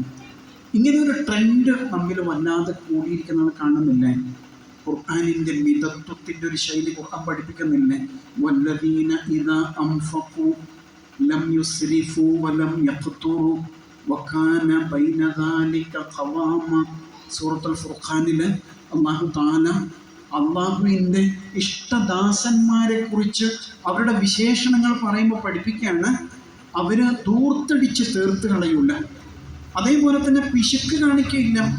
രണ്ടിൻ്റെയും ഇടയിൽ മധ്യമമായ ബാലൻസ്ഡായ ഒരു സമീപനമാണ് സാമ്പത്തിക വിഷയത്തിൽ അവർ സ്വീകരിക്കുക എന്നാണ് പറയുന്നത്. നാടോടുമ്പോൾ നടുവെ ഓടുന്ന കാലമാണ് അല്ലേ? കയ്യിൽ കാശില്ലെങ്കിൽ പിന്നെ പിയാപ്പിൾ എന്താ ചെയ്യാം? എന്തെങ്കിലും ബാങ്കിൽ പണയം വെച്ചിട്ട് കാശുണ്ടാക്കിയിട്ട് കല്യാണം നടത്തും, വീട് വെക്കും. അങ്ങനെയാണ് സംഭവിക്കുന്നത് അല്ലേ? അങ്ങനെ പലിശ ഇടപാടിലേക്ക് പോകുന്ന അവസ്ഥ ഉണ്ടാവും. അങ്ങനെയൊക്കെ സംഭവിക്കുമ്പോൾ അതിന് ദുരന്തം എന്താണ്? സാമ്പത്തിക പ്രതിസന്ധി മാത്രമല്ല, അങ്ങനെ ഒരുപാട് പ്രതിസന്ധികൾ ഉണ്ടാവും. അതിനും അപ്പുറത്ത് അത് സൃഷ്ടിക്കുന്ന പ്രയാസം എന്തെന്നറിയോ? നമ്മുടെ പ്രാർത്ഥന പഠിച്ചു കേൾക്കില്ല. സഅദ് റളിയല്ലാഹു അൻഹു ചോദിച്ചപ്പോഴല്ലേ പറഞ്ഞത്, അല്ലാഹുവിൻ്റെ റസൂലേ സല്ലല്ലാഹു അലൈഹി വസല്ലം, പ്രാർത്ഥന സ്വീകരിക്കപ്പെടാനുള്ള നിബന്ധന എന്താണ് റസൂലേ എന്ന് ചോദിച്ചപ്പോൾ പറഞ്ഞു, അതിബ് മത്അമക് തകുൻ മുസ്തജാബു ദഅവ. നിന്റെ ഭക്ഷണം ശുദ്ധിയാക്ക്, എങ്കിൽ നിന്റെ പ്രാർത്ഥനയ്ക്ക് ഉത്തരം കിട്ടും. വല്ലാത്ത വിഷയമാണിത്. ചിലപ്പോൾ വീട്ടുകാരികൾ, പെണ്ണുങ്ങൾ അറിയാതെ ആണുങ്ങൾ പോയിട്ട് ലോൺ എടുത്തിട്ടുണ്ടാവും. പാവം പെണ്ണുങ്ങൾ പാതിരാവിലെ തഹജ്ജുദ് നിസ്കരിച്ച് പഠിച്ചവനോട് തേടിക്കൊണ്ട് ബർക്കത്ത് ഉണ്ടാകാൻ വേണ്ടിയിട്ട് അല്ലേ? ആലോചിച്ച് നോക്കുക. ഇത് വല്ലാത്തൊരു വഞ്ചനയായി പോകുന്നേ. ആലോചിക്കേണ്ടതാണ്. ഉള്ളതിൽ തൃപ്തിപ്പെടുന്ന ജീവിത ശൈലി റസൂലുള്ളാഹി സ്വല്ലല്ലാഹു അലൈഹി വസല്ലം പഠിപ്പിക്കാൻ. വല്ലാത്തൊരു ജീവിതമാണത്. നല്ലൊരു കാലം വന്നപ്പോൾ, മദീന ഉഷാറായപ്പോൾ ഉമർ റളിയല്ലാഹു അൻഹു വന്നിട്ട് ചോദിക്കുന്നുണ്ട്, റസൂലെ നമുക്കും കുറച്ചുകൂടി അടിച്ചു പൊളിച്ചുകൂടെ? നോക്ക്, റോമക്കാരും പേർഷ്യക്കാരും ഒക്കെ എന്ത് സുഖത്തിലാണ് ജീവിക്കുന്നത് റസൂലെ. അപ്പോൾ ഉമർ റളിയല്ലാഹു അൻഹുവോട് ചിരിച്ചുകൊണ്ട് റസൂൽ സ്വല്ലല്ലാഹു അലൈഹി വസല്ലം ചോദിക്കുന്നുണ്ട്, ഉമർ, താങ്കൾ ഇപ്പോഴും ഇവിടെ എത്തിയിട്ടുള്ളൂ? താങ്കളുടെ ചിന്താഗതി ഇപ്പോഴും ഇങ്ങനെ തന്നെയാണോ? ഉമർ, അവർക്ക് ദുനിയാവിലും നമുക്ക് സ്വർഗത്തിലും കിട്ടുന്നത് താങ്കൾ തൃപ്തിപ്പെടുന്നില്ലേ എന്ന് ചോദിക്കുന്നുണ്ട്. അങ്ങനല്ലേ മുഅ്മിനീങ്ങൾ? ദുനിയാവിൽ ഇല്ലെങ്കിലും അൽഹംദുലില്ലാഹ് ഇൻഷാ അല്ലാഹ് അല്ലാഹു തആല സ്വർഗത്തിൽ തരുമല്ലോ.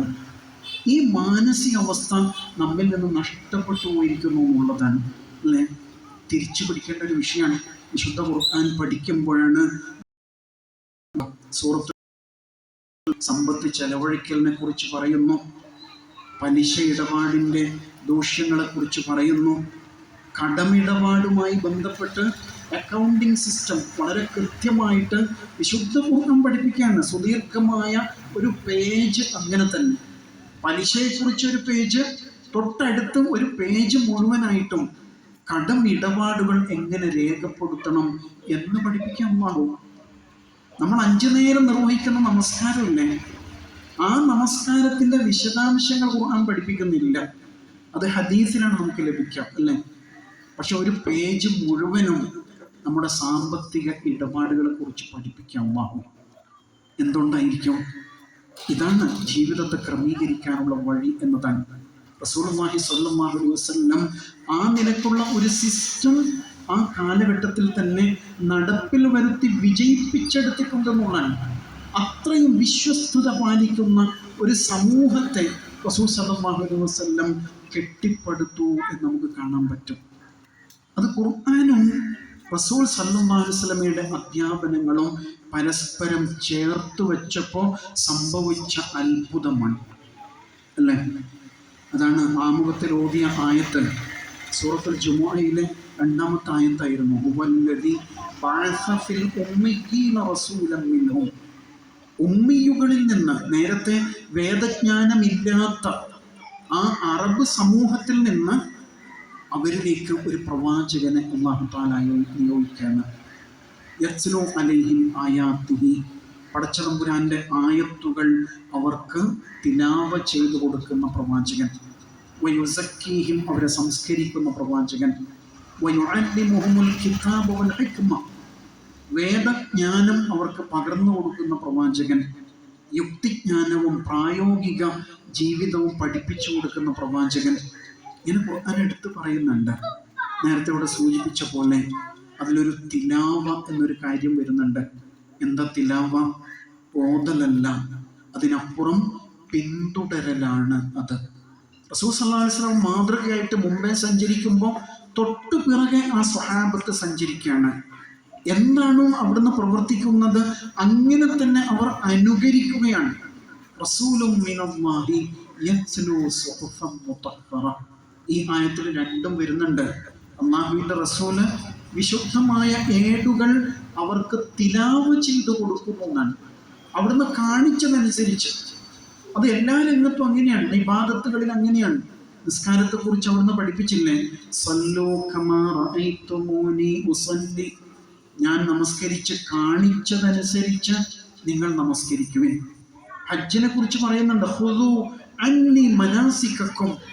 ഹജ്ജിൻ്റെ കർമ്മങ്ങൾ നിങ്ങൾ എന്നിൽ നിന്ന് സ്വീകരിക്കുവിൻ. ഇതേപോലെ തന്നെയാണ് ജീവിതത്തിലെ ഓരോ സന്ദർഭങ്ങളിലും അവിടുന്ന് പഠിപ്പിച്ച കാര്യങ്ങൾ. അത് നമുക്ക് പലപ്പോഴും ആ നിലക്ക് ഫോളോ ചെയ്യാൻ പറ്റാത്ത എന്താണ്?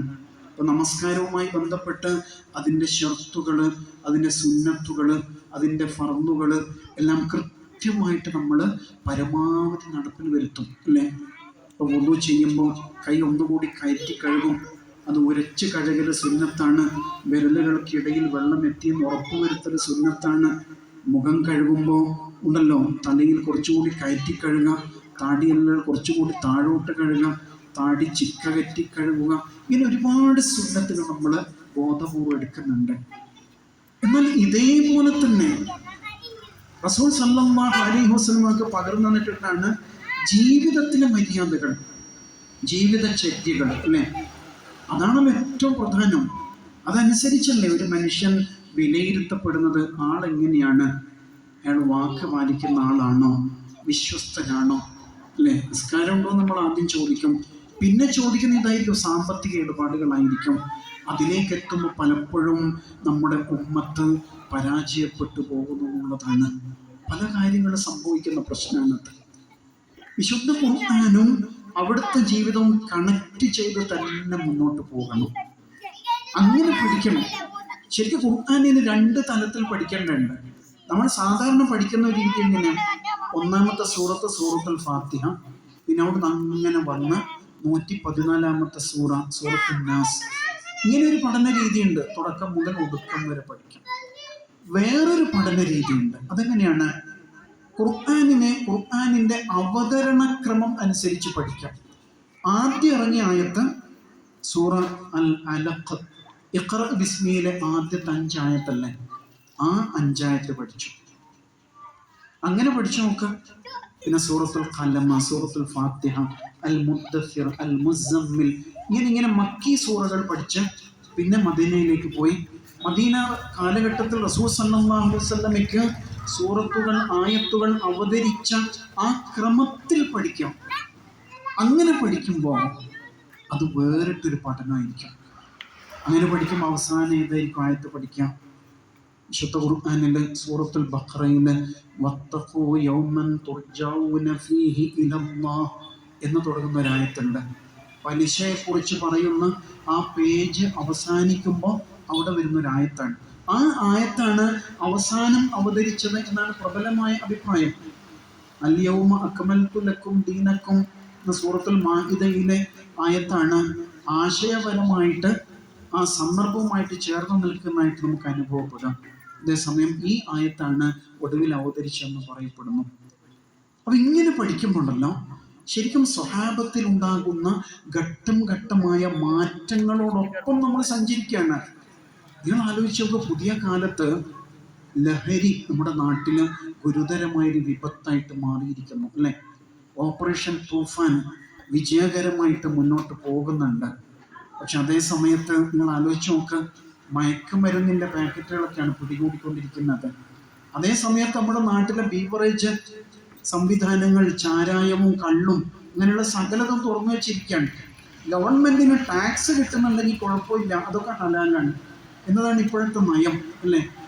ഏതായിരുന്നാലും ലഹരി വേട്ട നമ്മുടെ നാടുകളിലൊക്കെ സാർവത്രികമായിട്ട് നടക്കുന്നുണ്ട്. തീർച്ചയായിട്ടും നമ്മുടെ ഗവൺമെന്റിനെ ആ വിഷയത്തിൽ നമ്മൾ അഭിനന്ദിക്കേണ്ടതുണ്ട്. അതിലവരോട് സഹകരിച്ച് നമ്മുടെ നാട്ടിലൊക്കെയും സംഭവിച്ചുകൊണ്ടിരിക്കുന്ന യുവത്വത്തിൻ്റെ ലഹരിക്ക് അടിമപ്പെട്ടുകൊണ്ടുള്ള ജീവിതത്തിൽ അവരെ മുക്തമാക്കേണ്ടതുണ്ട്. ദൗർഭാഗ്യവശാൽ മുസ്ലിം ഉമ്മത്തിലെ യുവത്വവും അതിൽ ചെന്നുപെടുന്നു എന്നുള്ളതാണ്. അതിൻ്റെ കാരിയർമാരായിട്ട്, അതിൻ്റെ വിതരണക്കാരായിട്ടൊക്കെ അവർ മാറിക്കൊണ്ടിരിക്കുന്നു എന്നത് വല്ലാത്തൊരു ദുരന്തമാണ്. വിശുദ്ധ ഖുർആൻ പഠിച്ചിട്ടുണ്ടെങ്കിൽ ഒരിക്കലും ഒരു യുവാവ് അതിൽ ചെന്നുപെടൂലല്ലോ അല്ലേ? 3 ഘട്ടങ്ങളായിട്ട് ഖുർആൻ അതിനെക്കുറിച്ച് പറയുന്നില്ല. സൂറത്തുൽ ബഖറയിൽ യസ്അലൂനക അനിൽ ഖംരി വൽ മൈസിർ. നമ്മുടെ ക്ലാസ്സുകളിൽ യുവാക്കളുണ്ടെങ്കിൽ തീർച്ചയായിട്ടും അവരുടെ മനസ്സിനെ അത് സ്വാധീനിക്കും. എത്ര മനഃശാസ്ത്രപരമായിട്ടാണ് അല്ലാഹു തആല വിശുദ്ധ ഖുർആനിൽ ലഹരിയെക്കുറിച്ച് പറഞ്ഞു തുടങ്ങുന്നത്. കുടിക്കുന്ന ആളോട് കുടിക്കരുത് എന്ന് പെട്ടെന്നൊരു ദിവസം പറഞ്ഞാൽ ആ സങ്കടത്തിൽ അയാൾ പിന്നെയും പോയിട്ട് കുടിക്കും. അങ്ങനെയാണല്ലോ, ടെൻഷൻ മാറ്റാൻ വേണ്ടി കുടിക്കുന്നത് എന്നാ പറയുന്നത്. ആ സങ്കടം കൊണ്ട് പിന്നെയും കുടിക്കും. അപ്പൊ അല്ലാഹു പറയാണ്, സംഗതി ശരിയാണ്, ഇതിന് ചെറിയ ഗുണങ്ങളൊക്കെ ഉണ്ട്, പക്ഷെ ഗുണത്തെക്കാളേറെ ദോഷമാണ്. ശരിക്കും ഒരു കൗൺസിലിംഗ് അവിടെ നടക്കുന്നത്. ഗുണത്തെക്കാളേറെ ദോഷമാണ്. എന്താ ഗുണമുള്ളത്? തൽക്കാലം ടെൻഷൻ മറന്ന് ഉറങ്ങാം, ശരിയാണ്. പിന്നെ അബക്കാരി കോൺട്രാക്ടർമാർക്ക് കാശ് കിട്ടുന്നുണ്ട്, ചെത്ത് തൊഴിലാളികൾ ജീവിക്കുന്നുണ്ട്, അങ്ങനെയൊക്കെ കുറേ കാര്യങ്ങൾ അതുകൊണ്ട് നടക്കും അല്ലേ? നമ്മുടെ ഗവൺമെന്റിന് ടാക്സ് കിട്ടുന്നുണ്ട്, അതുപയോഗിച്ചാണ് കുടിയന്മാരെ ചികിത്സിക്കാൻ നമ്മൾ ഹോസ്പിറ്റലുകൾ പണിതുകൊണ്ടിരിക്കുന്നത്. അതാണ് നമ്മുടെ നാട്ടിലെ വൈരുദ്ധ്യം എന്ന് പറയുന്നത്. അപ്പൊ ഇങ്ങനെ ചെറിയ ഗുണങ്ങൾ ഉണ്ട് എന്ന് ഖുർആൻ പറയുന്നു, പക്ഷേ ഗുണത്തെക്കാളേറെ ദോഷമാണെന്ന് പറഞ്ഞു. രണ്ടാമത്തെ സ്റ്റെപ്പിൽ എന്താ പറഞ്ഞത്? നമസ്കാരവുമായി ബന്ധപ്പെട്ട സമയങ്ങളിൽ കുടിക്കരുതെന്ന് പറഞ്ഞത് അല്ലേ? വഅൻതും സുക്കാറ, മത്ത് ബാധിച്ചവരായിട്ട് നിങ്ങൾ നമസ്കാരത്തെ സമീപിക്കരുത് എന്ന് പറഞ്ഞു. അപ്പോൾ അത് പ്രാക്ടിക്കലായിട്ടുള്ളൊരു സംഗതിയാണ്. ഒരാൾ കള്ള് കുടിച്ചാൽ, അസറിന് ശേഷം കുടിച്ചാൽ മഗ്‌രിബാകുമ്പോഴത്തേക്ക് ലഹരി ഇറങ്ങാൻ സാധ്യത കുറവാണ്. നമസ്കാരങ്ങൾക്കിടയിലെ സമയം കുറവുണ്ട്. ഇശാക്ക് ശേഷം സുബഹിക്ക് ഇടയിലായിട്ട് കുറച്ച് കുടിച്ചാൽ ചിലപ്പോൾ മത്ത് ഇറങ്ങി പോകാൻ സാധ്യതയുണ്ട്. പക്ഷെ അല്ലാഹു സുബ്ഹാനഹു വ തആല പ്രാക്ടിക്കലായിട്ടുള്ളൊരു സ്റ്റെപ്പ് പഠിപ്പിക്കുകയാണ്. നമസ്കാരത്തോട് കണക്ട് ചെയ്ത് നമസ്കാരത്തിൽ എന്താണ് ചൊല്ലുന്നത് എന്ന് നമസ്കരിക്കുന്ന ആൾക്ക് തിരിച്ചറിയാൻ പറ്റണം എന്ന് അല്ലാഹു തആല അവിടെ കണ്ടീഷൻ പറയുന്നുണ്ട്. അങ്ങനെ പ്രാക്ടീസ് ചെയ്യുമ്പോൾ ഘട്ടം ഘട്ടമായി ഒരാൾക്ക് മദ്യപാനത്തിൽ നിന്ന്, ലഹരിയിൽ നിന്ന് പിന്മാറാൻ പറ്റും. മൂന്നാമത്തെ സ്റ്റെപ്പാണ് ഫഹൽ അൻതും മുൻതഹൂൻ, നിങ്ങൾ ഇനിയും വിരമിക്കുന്നവരായില്ലേ എന്ന അള്ളാഹുവിൻ്റെ ചോദ്യമാണ്. അപ്പോഴേക്ക് ആ സമൂഹത്തിൻ്റെ മാനസികാവസ്ഥ ആകെ മാറിയിരുന്നു അല്ലേ? ആ ഘട്ടത്തിലാണല്ലോ അബൂ തൽഹ റളിയല്ലാഹു അൻഹു, അന്നത്തെ വലിയൊരു അബക്കാരിയായിരുന്നു എന്നാണ് പറയുന്നത്. അദ്ദേഹത്തിന് വലിയ കള്ള് ഷാപ്പുണ്ട്. അവിടെ ആളുകൾ ഇങ്ങനെ കുടിച്ചുകൊണ്ടിരിക്കുന്നു. അനസ് റളിയല്ലാഹു അൻഹു ഒഴിച്ചു കൊടുത്തുകൊണ്ടിരിക്കുന്നു. ആ സമയത്താണ് തെരുവിലൂടെ ഇതാ ആയത്തിറങ്ങിയിരിക്കുന്നു, ഫഹൽ അൻതും മുൻതഹൂൻ, നിങ്ങൾ വിരമിക്കുന്നില്ലേ എന്ന് ചോദിച്ചുകൊണ്ട്. ആളുകൾ ഇങ്ങനെ തെരുവിലൂടെ നടക്കാണ്. മദ്യം നിരോധിക്കപ്പെട്ടിരിക്കുന്നു. എന്താ അവർ ചെയ്തത്? നമ്മൾ ചരിത്രത്തിൽ വായിക്കുന്നുണ്ട്. വീപ്പകൾ തല്ലി പൊളിച്ചു കളഞ്ഞു, മദ്യം ഒഴുകാൻ തുടങ്ങി. കുടിച്ചുകൊണ്ടിരിക്കുന്ന ഗ്ലാസ് അവിടെ തന്നെ വെച്ചു. കുടിച്ച് കഴിഞ്ഞത് വായിൽ വിരലിട്ട് ഛർദ്ദിച്ച് കളഞ്ഞു എന്ന് പറയുന്നു അല്ലേ. ഇന്ദഹൈന ഇന്ദഹൈന, ഞങ്ങളിതാ വിരമിച്ചിരിക്കുന്നു. വേറെ ഒരു ചർച്ചയുമില്ല. ഇനി ചെത്തു തൊഴിലാളി എന്ത് ചെയ്യും? അബക്കാരികൾ പട്ടിണിയിലായി പോകൂലേ? ഇങ്ങനത്തെ വർത്താനമൊന്നുമില്ല. കാരണം ഖുർആനിലൂടെ സ്റ്റെപ്പ് ബൈ സ്റ്റെപ്പായിട്ട് അവരുടെ മനസ്സ് ലഹരി മുക്തമായ ഒരു സാമൂഹിക ക്രമത്തിന് വേണ്ടിയിട്ട് പാകപ്പെട്ട് കഴിഞ്ഞിരുന്നു എന്നുള്ളതാണ്. അതാണ് അതിൻ്റെ പ്രത്യേകത. അങ്ങനെയാണെങ്കിൽ നമുക്ക് നമ്മുടെ നാട്ടിൽ അതേപോലെ നടപ്പാക്കാൻ പറ്റൂലേ? മഹല്ലുകൾ കേന്ദ്രീകരിച്ച്, ഇതുപോലുള്ള കൂട്ടായ്മകൾ കേന്ദ്രീകരിച്ച്, നമ്മുടെ ഖുർആൻ സ്റ്റഡി സെന്ററിൻ്റെ ആഭിമുഖ്യത്തിൽ വീടാന്തരം ഇങ്ങനെയുള്ള ബോധവൽക്കരണം നടത്തിയും അതുപോലെ ഡി അഡിക്ഷൻ ക്യാമ്പുകൾ നടത്തിയിട്ടൊക്കെ ആളുകളെ പിന്തിരിപ്പിക്കാൻ പറ്റൂലേ? തീർച്ചയായിട്ടും പറ്റും. നമ്മളാണ് അതിന് നേതൃത്വം നൽകുവാൻ അർഹതയുള്ള, അവകാശമുള്ള, ബാധ്യതയുള്ള വിഭാഗം എന്ന് മനസ്സിലാക്കേണ്ടത്. റസൂലുള്ളാഹി സ്വല്ലല്ലാഹു അലൈഹി വസല്ലം ഇങ്ങനെ സ്റ്റെപ്പ് ബൈ സ്റ്റെപ്പായിട്ട് അത് ആ സമൂഹത്തിൽ നടപ്പിൽ വരുത്തി എന്നുള്ളതാണ്. പിന്നെ ഒരു മനുഷ്യനോട് കള്ള് കുടിക്കുന്നില്ല. അങ്ങനെ ലഹരി മുക്ത നാടായിട്ട് ആ രാജ്യം മാറുകയാണ്. ഇത് സംഭവിച്ചതല്ലേ? സംഭവിച്ചാണ്. എന്താണ് അതിൻ്റെ ആവർത്തനങ്ങൾ നമ്മുടെ കാലത്ത് ഇല്ലാതെ പോകുന്നത്? നമുക്കിതൊരു ചരിത്രം മാത്രമാണ്. അന്ന് ഭയങ്കര സംഭവം ഉണ്ടായില്ല. അതേ ഖുർആൻ നമ്മുടെ കൂടെ ഇല്ലേ? അപ്പൊ എന്താണിത് നമ്മുടെ കാലത്ത് ആവർത്തിക്കപ്പെടാത്തത്? നമ്മൾ ഈ ആയത്തുകളെ ആ നിലയ്ക്ക് ജീവിതത്തോട് ചേർത്ത് വെച്ച് പഠിക്കാൻ ശ്രമിക്കുന്നില്ല. അത് വേറെ ഏതോ ഒരു കൂട്ടരങ്ങനെ ലഹരി ഉപയോഗിക്കുന്നത് നമുക്കെന്താ കാര്യം? ഇങ്ങനെ മാറി നിൽക്കുകയാണ് പലപ്പോഴും. റസൂൽ സല്ലല്ലാഹു അലൈഹി വസല്ലമയെ കുറിച്ച് നമ്മൾ പഠിക്കേണ്ടതുണ്ട്. റസൂലുള്ളാഹി സ്വല്ലല്ലാഹു അലൈഹി വസല്ലം 40 വയസ്സാകുന്നവരെ, യുവത്വത്തിൻ്റെ ഘട്ടത്തിൽ മുതൽ 40 വയസ്സ് വരെയാണ് ഹിറാ ഗുഹയിൽ കഴിച്ചു കൂട്ടിയത് അല്ലേ. എപ്പോഴും അല്ല, ഇടയ്ക്കിടയ്ക്ക് പോയിരിക്കും. അപ്പോൾ ഖദീജ റളിയല്ലാഹു അൻഹ വസ്ത്രവും ഭക്ഷണവും ഒക്കെ ആയിട്ട് അങ്ങോട്ട് ചെല്ലും. ഇങ്ങനെയായിരുന്നു. 40ാമത്തെ വയസ്സിൽ നുബുവത്ത് കിട്ടിയല്ലോ, ഇഖ്റ ബിസ്മി ഇറങ്ങിയില്ലേ. അന്ന് റസൂൽ സല്ലല്ലാഹു അലൈഹി വസല്ലം ഹിറാ ഗുഹയിൽ നിന്ന് താഴോട്ടിറങ്ങി മക്കയിലേക്ക് വന്നു അല്ലേ. പിന്നീട് റസൂൽ സല്ലല്ലാഹു അലൈഹി വസല്ലം ഹിറാ ഗുഹയിൽ പോയ ഏതെങ്കിലും ചരിത്രങ്ങൾ കേട്ടിട്ടുണ്ടോ? റസൂൽ സല്ലല്ലാഹു അലൈഹി വസല്ലം പിന്നെയും ഹിറാ ഗുഹയിൽ പോയിട്ട് ഇരിക്കാറുണ്ടായിരുന്നു. അങ്ങനെ ഒരു സംഭവം നമ്മൾ കേൾക്കൂല. പിന്നെ റസൂൽ സല്ലല്ലാഹു അലൈഹി വസല്ലം ധ്യാനിച്ചിരുന്നത് പള്ളിയിലാണ്. ഇത്തികാഫ് അല്ലേ. ഇത്തികാഫ് അനുഷ്ഠിക്കാൻ ചെയ്തത്, അല്ലാതെ ഒരിക്കലും പിന്നെ ഗുഹയിൽ പോയിട്ട് ഇരുന്നിട്ടില്ല എന്നുള്ളതാണ്. പിന്നെ റസൂൽ സല്ലല്ലാഹു അലൈഹി വസല്ലം മനുഷ്യർക്കിടയിലാണ് ജീവിച്ചത്. അതാണ് പ്രത്യേകം മനസ്സിലാക്കേണ്ട ഒരു സംഗതി. നമ്മളിപ്പോൾ ഖുർആൻ പഠിച്ച് അങ്ങനെ പോകുമ്പോൾ മനുഷ്യന്മാരിൽ നിന്ന് ഒറ്റപ്പെട്ട് അങ്ങനെ ഉണ്ടല്ലോ, പിന്നെ വേറൊരു ലെവലിലേക്ക് പോവാൻ. ജനങ്ങളുമായിട്ടൊന്നും അധികം ബന്ധമൊന്നുമില്ല. പള്ളി, വീട്, ജോലി, ഇങ്ങനെ അവനവനിലേക്ക് ഒതുങ്ങിപ്പോകുന്ന ഒരവസ്ഥ നമ്മൾ കാണുന്നുണ്ട്. അങ്ങനെ അല്ല അവിടുന്ന് ജീവിച്ചത്. ജനങ്ങൾക്കിടയിലാണ് ജീവിച്ചത്. പ്രവാചകത്വത്തിന് മുമ്പ് തന്നെ അങ്ങനെയായിരുന്നു. അങ്ങനെ പല സംഭവങ്ങൾ, ഹർഫുൽ ഫിജാറ യുദ്ധങ്ങൾ നടന്നപ്പോൾ റസൂലുള്ള ആ കൂട്ടത്തിലുണ്ടായിരുന്നു. ഹൽഫുൽ ഫുലൂൽ എന്ന് പറയുന്ന ഒരു സഖ്യം അവിടെ ഉണ്ടായപ്പോൾ റസൂലുള്ള ഉണ്ടായിരുന്നു. നമ്മളൊക്കെ കേട്ടൊരു സംഭവമില്ലേ, കാബാലയം പുതുക്കിപ്പണിതല്ലോ. കാബാലയം പുതുക്കിപ്പണിതു. ആ ഘട്ടത്തിൽ ഹജറുൽ അസ്വദ് ആരാണ് യഥാസ്ഥാനത്ത് പുനഃസ്ഥാപിക്കേണ്ടത് എന്നുള്ളൊരു ചർച്ച ഉണ്ടായി. ഒരുപാട് വലിയ തറവാട്ടുകാരും വലിയ ഗോത്രങ്ങളൊക്കെ ഉള്ളതല്ലേ. അപ്പോൾ ആരാണ് ഹജറുൽ അസ്വദ് എടുത്തു വെക്കേണ്ടത്? അപ്പോൾ തീരുമാനമായത് എന്താണ്? രാവിലെ ആരാണോ ആദ്യമായിട്ട് ഇങ്ങോട്ട് വരുന്നത് അയാൾ എടുത്തു വെക്കട്ടെ എന്ന് തീരുമാനിച്ചു. അപ്പോൾ കടന്നു വന്നത് റസൂൽ സല്ലല്ലാഹു അലൈഹി വസല്ലം. റസൂൽ സല്ലല്ലാഹു അലൈഹി വസല്ലം ആ പ്രശ്നത്തിന് പരിഹാരം ഉണ്ടാക്കിയില്ലേ.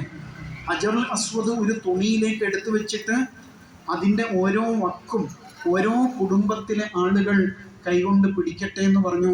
അങ്ങനെ എല്ലാവരും കൂടി പിടിച്ചു പൊക്കിയപ്പോൾ ആ തിരുകരങ്ങൾ കൊണ്ട് റസൂൽ സല്ലല്ലാഹു അലൈഹി വസല്ലമയാണ് ഹജറുൽ അസ്വദ് യഥാസ്ഥാനത്ത് സ്ഥാപിക്കുന്നത്. റസൂൽ സല്ലല്ലാഹു അലൈഹി വസല്ലം ആ സമൂഹത്തിലെ സമാദരണീയനായ സർവസമ്മതനായ വ്യക്തിത്വമായിരുന്നു. ജനങ്ങൾക്കിടയിൽ റസൂൽ ഉണ്ടായിരുന്നത്. സമൂഹത്തിൽ നിന്ന് മാറി നടന്നില്ല. ഇന്ന് ആത്മീയത എന്ന് പറയുമ്പോൾ അങ്ങനെയൊക്കെയായി മാറിപ്പോകുന്നുണ്ട് അല്ലേ. ആൾക്കൂട്ടത്തിൽ ഉണ്ടായിരുന്നു റസൂൽ സ്വല്ലല്ലാഹു അലൈഹി വസല്ലം എപ്പോഴും. അതാണ് പഠിക്കേണ്ട വേറൊരു വിഷയം. അതുകൊണ്ട് തന്നെ ജനങ്ങളിലെ പ്രശ്നങ്ങളിൽ ഇടപെട്ടു. നാട്ടില് ലഹരി ഉണ്ടാകുമ്പോൾ അതിലിടപെടുന്നു. എന്തെങ്കിലും അനീതി ഉണ്ടാകുമ്പോൾ, അക്രമങ്ങൾ ഉണ്ടാകുമ്പോൾ, ആ സന്ദർഭങ്ങളിലൊക്കെയും റസൂൽ സല്ലല്ലാഹു അലൈഹി വസല്ലം ഇടപെട്ടുകൊണ്ടിരിക്കുന്നതാണ് നമുക്ക് പിന്നീട് കാണാൻ സാധിക്കാം. അങ്ങനെയായിരുന്നു ആ ആത്മീയ ജീവിതം. ഇന്ന് ആത്മീയത എന്ന് പറയുമ്പോൾ അവനവനിലേക്ക് ഒതുങ്ങിപ്പോകുന്ന ഒന്നായിട്ട് മാറിപ്പോകുന്നുണ്ട് എന്ന് നമുക്ക് കാണാൻ പറ്റും. അപ്പം ഇങ്ങനെ വേറിട്ടൊരു ജീവിത ശൈലിയാണ്. എങ്ങനെയായിരിക്കണം ഒരു നേതാവ് സമൂഹത്തിൽ ജീവിക്കേണ്ടത് എന്ന് റസൂൽ സല്ലല്ലാഹു അലൈഹി വസല്ലം കാണിച്ചു തരുന്നുണ്ട് അല്ലേ. സയ്യിദുൽ ഖൗമി ഖാദിമുഹും, ഒരു ജന നേതാവ് ജനസേവകനാകണം എന്ന് റസൂൽ സല്ലല്ലാഹു അലൈഹി വസല്ലം ജീവിതം കൊണ്ട് നമ്മൾ പഠിപ്പിക്കുന്നുണ്ട്. അങ്ങനെ ഒരുപാട് സംഭവങ്ങൾ ചരിത്രത്തിൽ കാണാം. ഇപ്പോൾ ഹന്തക്കുമായി ബന്ധപ്പെട്ട് നമ്മൾ കേൾക്കാറില്ല.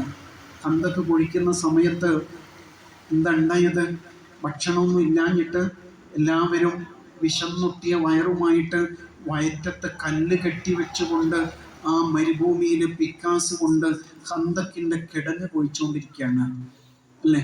റസൂലുള്ളാഹിന്റെ അടുക്കൽ വന്നിട്ട് ചിലർ സങ്കടം പറഞ്ഞില്ലേ, നോക്ക് റസൂലെ, വിശന്നിട്ട് ഞങ്ങൾ നേരെ നിൽക്കാൻ പറ്റാത്തതുകൊണ്ട് കല്ല് വെച്ച് കെട്ടിയതാണ്. അപ്പോൾ റസൂൽ സ്വല്ലല്ലാഹു അലൈഹി വസല്ലം പുഞ്ചിരിച്ചുകൊണ്ട് തൻ്റെ കുപ്പായം പൊക്കി കാണിച്ചു കൊടുക്കുന്നുണ്ട്. ആ വയറ്റത്ത് 2 കല്ലുകൾ ഉണ്ടായിരുന്നു എന്നാണ് പറയുന്നത്. ഇങ്ങനൊരു നേതാവിന് ഇന്നത്തെ കാലത്ത് നമുക്ക് കാണാൻ പറ്റും. ഇതായിരുന്നു അവിടുത്തെ ജീവിത രീതി എന്നുള്ളതാണ്.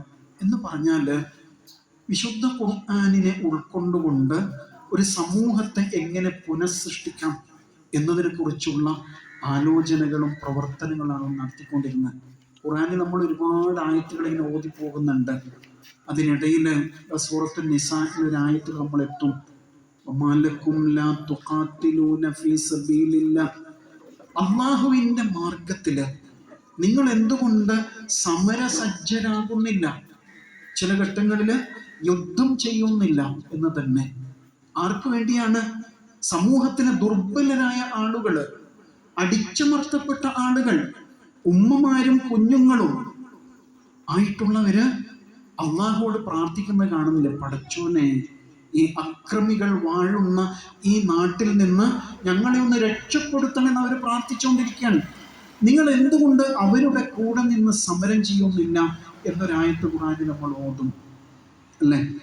നമ്മളൊക്കെ ഇപ്പോൾ കഴിഞ്ഞ ആഴ്ചകൾക്ക് മുമ്പ് ഡൽഹിയിൽ പാറ്റകളുടെ സമരം കണ്ട് അത്ഭുത സ്തബ്ധരായിട്ട് നിന്നുപോയി അല്ലേ. ഇന്ത്യ ജനാധിപത്യത്തിലേക്ക് ഇനി തിരിച്ചു വരുമോ? ഇപ്പോൾ സംഭവിച്ചു കൊണ്ടിരിക്കുന്ന കാര്യങ്ങൾ ഇനിയും തുടർന്ന് മുന്നോട്ട് പോയി ഈ നാട് കൈവിട്ടു പോകുമോ എന്നുള്ള ബേജാറിലാണ് നമ്മൾ പലപ്പോഴും. 80ാം സ്വാതന്ത്ര്യം ആഘോഷിക്കുന്ന, അനുസ്മരിക്കുന്ന ഈ വേളയിൽ പോലും ഇവിടെ മനസ്സിൽ അതാണ്. പക്ഷെ പാറ്റകൾ എന്ന് പറഞ്ഞിട്ട് കുറെ ജൻസി പിള്ളേര് അവിടെ തലസ്ഥാന നഗരി ചെന്നിട്ട് വിദ്യാഭ്യാസ മന്ത്രിയെ, കേന്ദ്ര വിദ്യാഭ്യാസ മന്ത്രിയെ കസേരയിൽ നിന്ന് പിടിച്ചിറക്കി അല്ലെ. ആലോചിച്ച് നോക്ക്, ആ മക്കളുടെ ആർജവം ആലോചിച്ച് നോക്ക്. ജനാധിപത്യത്തിലേക്ക് ഈ രാജ്യത്തിന് ഇനിയും തിരിച്ചു വരാൻ അവസരമുണ്ട് എന്ന് നമ്മുടെയൊക്കെ മനസ്സിൽ വലിയൊരു പ്രതീക്ഷ സൃഷ്ടിച്ച സംഭവമാണത് അല്ലേ. പ്രതികരണങ്ങൾ ഉണ്ടാവണം എന്നുള്ളതാണ്. അങ്ങനെയായിരുന്നു റസൂൽ സ്വല്ലല്ലാഹു അലൈഹി വസല്ലം. മദീനത്ത് ഒരു ദിവസം പുലർച്ചക്ക് വലിയൊരു ശബ്ദം കേട്ട് ആൾക്കാർക്ക് ചാടി എഴുന്നേറ്റ് പേടിച്ചുകൊണ്ട് എഴുന്നേറ്റ് പുറത്തേക്ക് ഇറങ്ങുമ്പോഴേക്ക് ഒരാളുണ്ട് അങ്ങ് ഇങ്ങോട്ട് തിരിച്ചു വരുന്ന. ആരാണ്? റസൂൽ സല്ലല്ലാഹു അലൈഹി വസല്ലമയാണ്. എന്നിട്ട് പറയാണ്, പ്രശ്നമൊന്നുമില്ല, എല്ലാവരും പോയിട്ട് ഉറങ്ങിക്കൊള്ളൂ. അപ്പോൾ അത്രയും ജാഗ്രതയോടെ സാമൂഹിക പ്രശ്നങ്ങളിൽ റസൂൽ സല്ലല്ലാഹു അലൈഹി വസല്ലം ഇടപെട്ടിരുന്നു. ഒരു ഹദീസ് നമ്മളൊക്കെ എപ്പോഴും കേൾക്കാറില്ലേ, എന്താണ്? ഈമാനിനെ വ്യാഖ്യാനിക്കുന്ന ഒരു ഹദീസാണ്. എന്തെങ്കിലും ഒരു തിന്മ, ഒരു അനീതി, ഒരു അക്രമം കണ്ടാൽ എന്ത് ചെയ്യണം? കൈകൊണ്ട് തടയണം എന്നാണ് പറഞ്ഞത്. അക്രമിയുടെ കൈക്ക് പിടിക്കണം എന്ന് പറഞ്ഞു. അതിന് കഴിയില്ലെങ്കിൽ നാവ് കൊണ്ട് അരുത് എന്നൊരു വാക്ക് പറയാൻ പറ്റണം. അതിനും കഴിയാത്ത സാഹചര്യത്തിൽ മനസ്സിലൊരു വെറുപ്പെങ്കിലും ഉണ്ടാകണം. ഇങ്ങനൊന്നും സംഭവിക്കരുത്. ഈമാനിന്റെ ഏറ്റവും ദുർബലമായ അവസ്ഥയാണ് എന്ന് റസൂൽ സല്ലല്ലാഹു അലൈഹി വസല്ലം പഠിപ്പിക്കാൻ. ആലോചിച്ച് നോക്ക്, ഇങ്ങനെയുള്ള ഇടപെടലുകൾ ഉണ്ടാവണം എന്നുള്ളതാണ്. നമ്മൾ പൗരത്വ സമരകാലത്ത് ഇടപെട്ടിട്ടുണ്ട് അല്ലേ? അതുപോലെയൊക്കെയുള്ള സാഹചര്യങ്ങൾ വരുമ്പോൾ രംഗത്തുണ്ടാകണം എന്നത് റസൂൽ സല്ലല്ലാഹു അലൈഹി വസല്ലമയുടെ അധ്യാപനമാണ്. നിങ്ങൾ ആലോചിച്ച് നോക്കുക, അഷ്റഫുൽ ഖൽഖായ, സൃഷ്ടികളിൽ അതിശ്രേഷ്ഠനായ, സ്വഭാവ ഗുണം കൊണ്ട് ഏറ്റവും ഉന്നതനായ, വിശുദ്ധ ഖുർആൻ അവിടുത്തെ സ്വഭാവത്തെ സാക്ഷ്യപ്പെടുത്തില്ലേ? നേരത്തെ പറഞ്ഞല്ലോ, അത്രയും മഹത്തായ സ്വഭാവമുള്ള റസൂൽ സല്ലല്ലാഹു അലൈഹി വസല്ലം സ്വന്തം ജനതയിൽ നിന്ന് ഒരുപാട് പീഡനങ്ങൾ ഏറ്റുവാങ്ങി. എന്താ കാരണം? മര്യാദക്കാരനാണെങ്കിൽ എന്തിനാ ആൾക്കാർ ചീത്ത പറഞ്ഞത്? എന്തിനാ കല്ലെറിഞ്ഞത്? എന്തിനാ നാട്ടിൽ നിന്ന് പുറത്താക്കിയത്? അല്ലേ? എന്താ കാരണം? നമ്മളെ പോലത്തെ മര്യാദക്കാർക്ക് ഒരു കുഴപ്പമില്ല, നമ്മളൊന്നിലും ഇടപെടുന്നില്ല, ഞാനൊന്നും കണ്ടില്ല കേട്ടില്ല, ഇങ്ങനെ ജീവിക്കാൻ സുഖമുണ്ട്. പക്ഷെ റസൂൽ സല്ലല്ലാഹു അലൈഹി വസല്ലം അങ്ങനെയായിരുന്നില്ല. തിന്മ കണ്ടാൽ ഉടനെ എതിർത്തിരുന്നു, ഇടപെട്ടിരുന്നു എന്നുള്ളതാണ്. അതാണ് ഭരണകൂടത്തെ അസ്വസ്ഥപ്പെടുത്തിക്കൊണ്ടിരുന്നത് അല്ലേ? അപ്പൊ ശരിക്കും നമ്മൾ മനസ്സിലാക്കേണ്ടത്, നമ്മൾ അവിടുത്തെ പഠിപ്പിച്ച ഇബാദത്തുകൾ അക്ഷരം പ്രതി അനുസരിക്കുന്നവരാണ്. ദിക്റുകളും ദുആകളും അതേപോലെ അനുഷ്ഠിക്കുന്നവരാണ്. വിശുദ്ധ ഖുർആൻ പാരായണം ചെയ്യുന്നവരാണ്.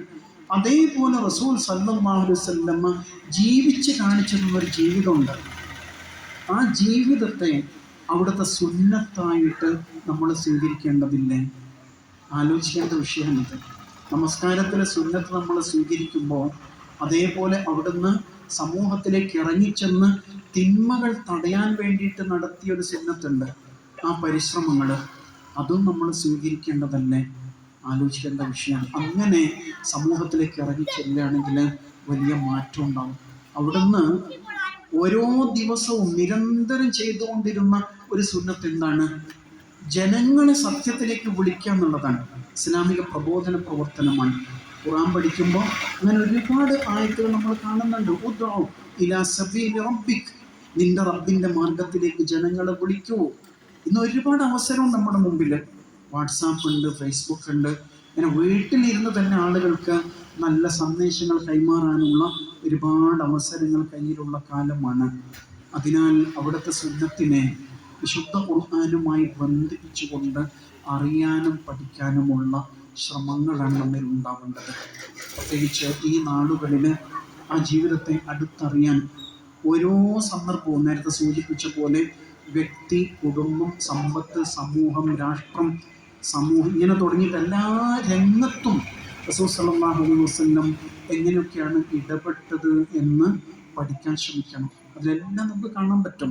ഇമാം തിർമിദി റഹിമഹുല്ലാഹയുടെ ഒരു മഹത്തായ ഒരു ഗ്രന്ഥമുണ്ട്, ഷമാഇലു തിർമിദി എന്നാണ് അതിൻ്റെ പേര്.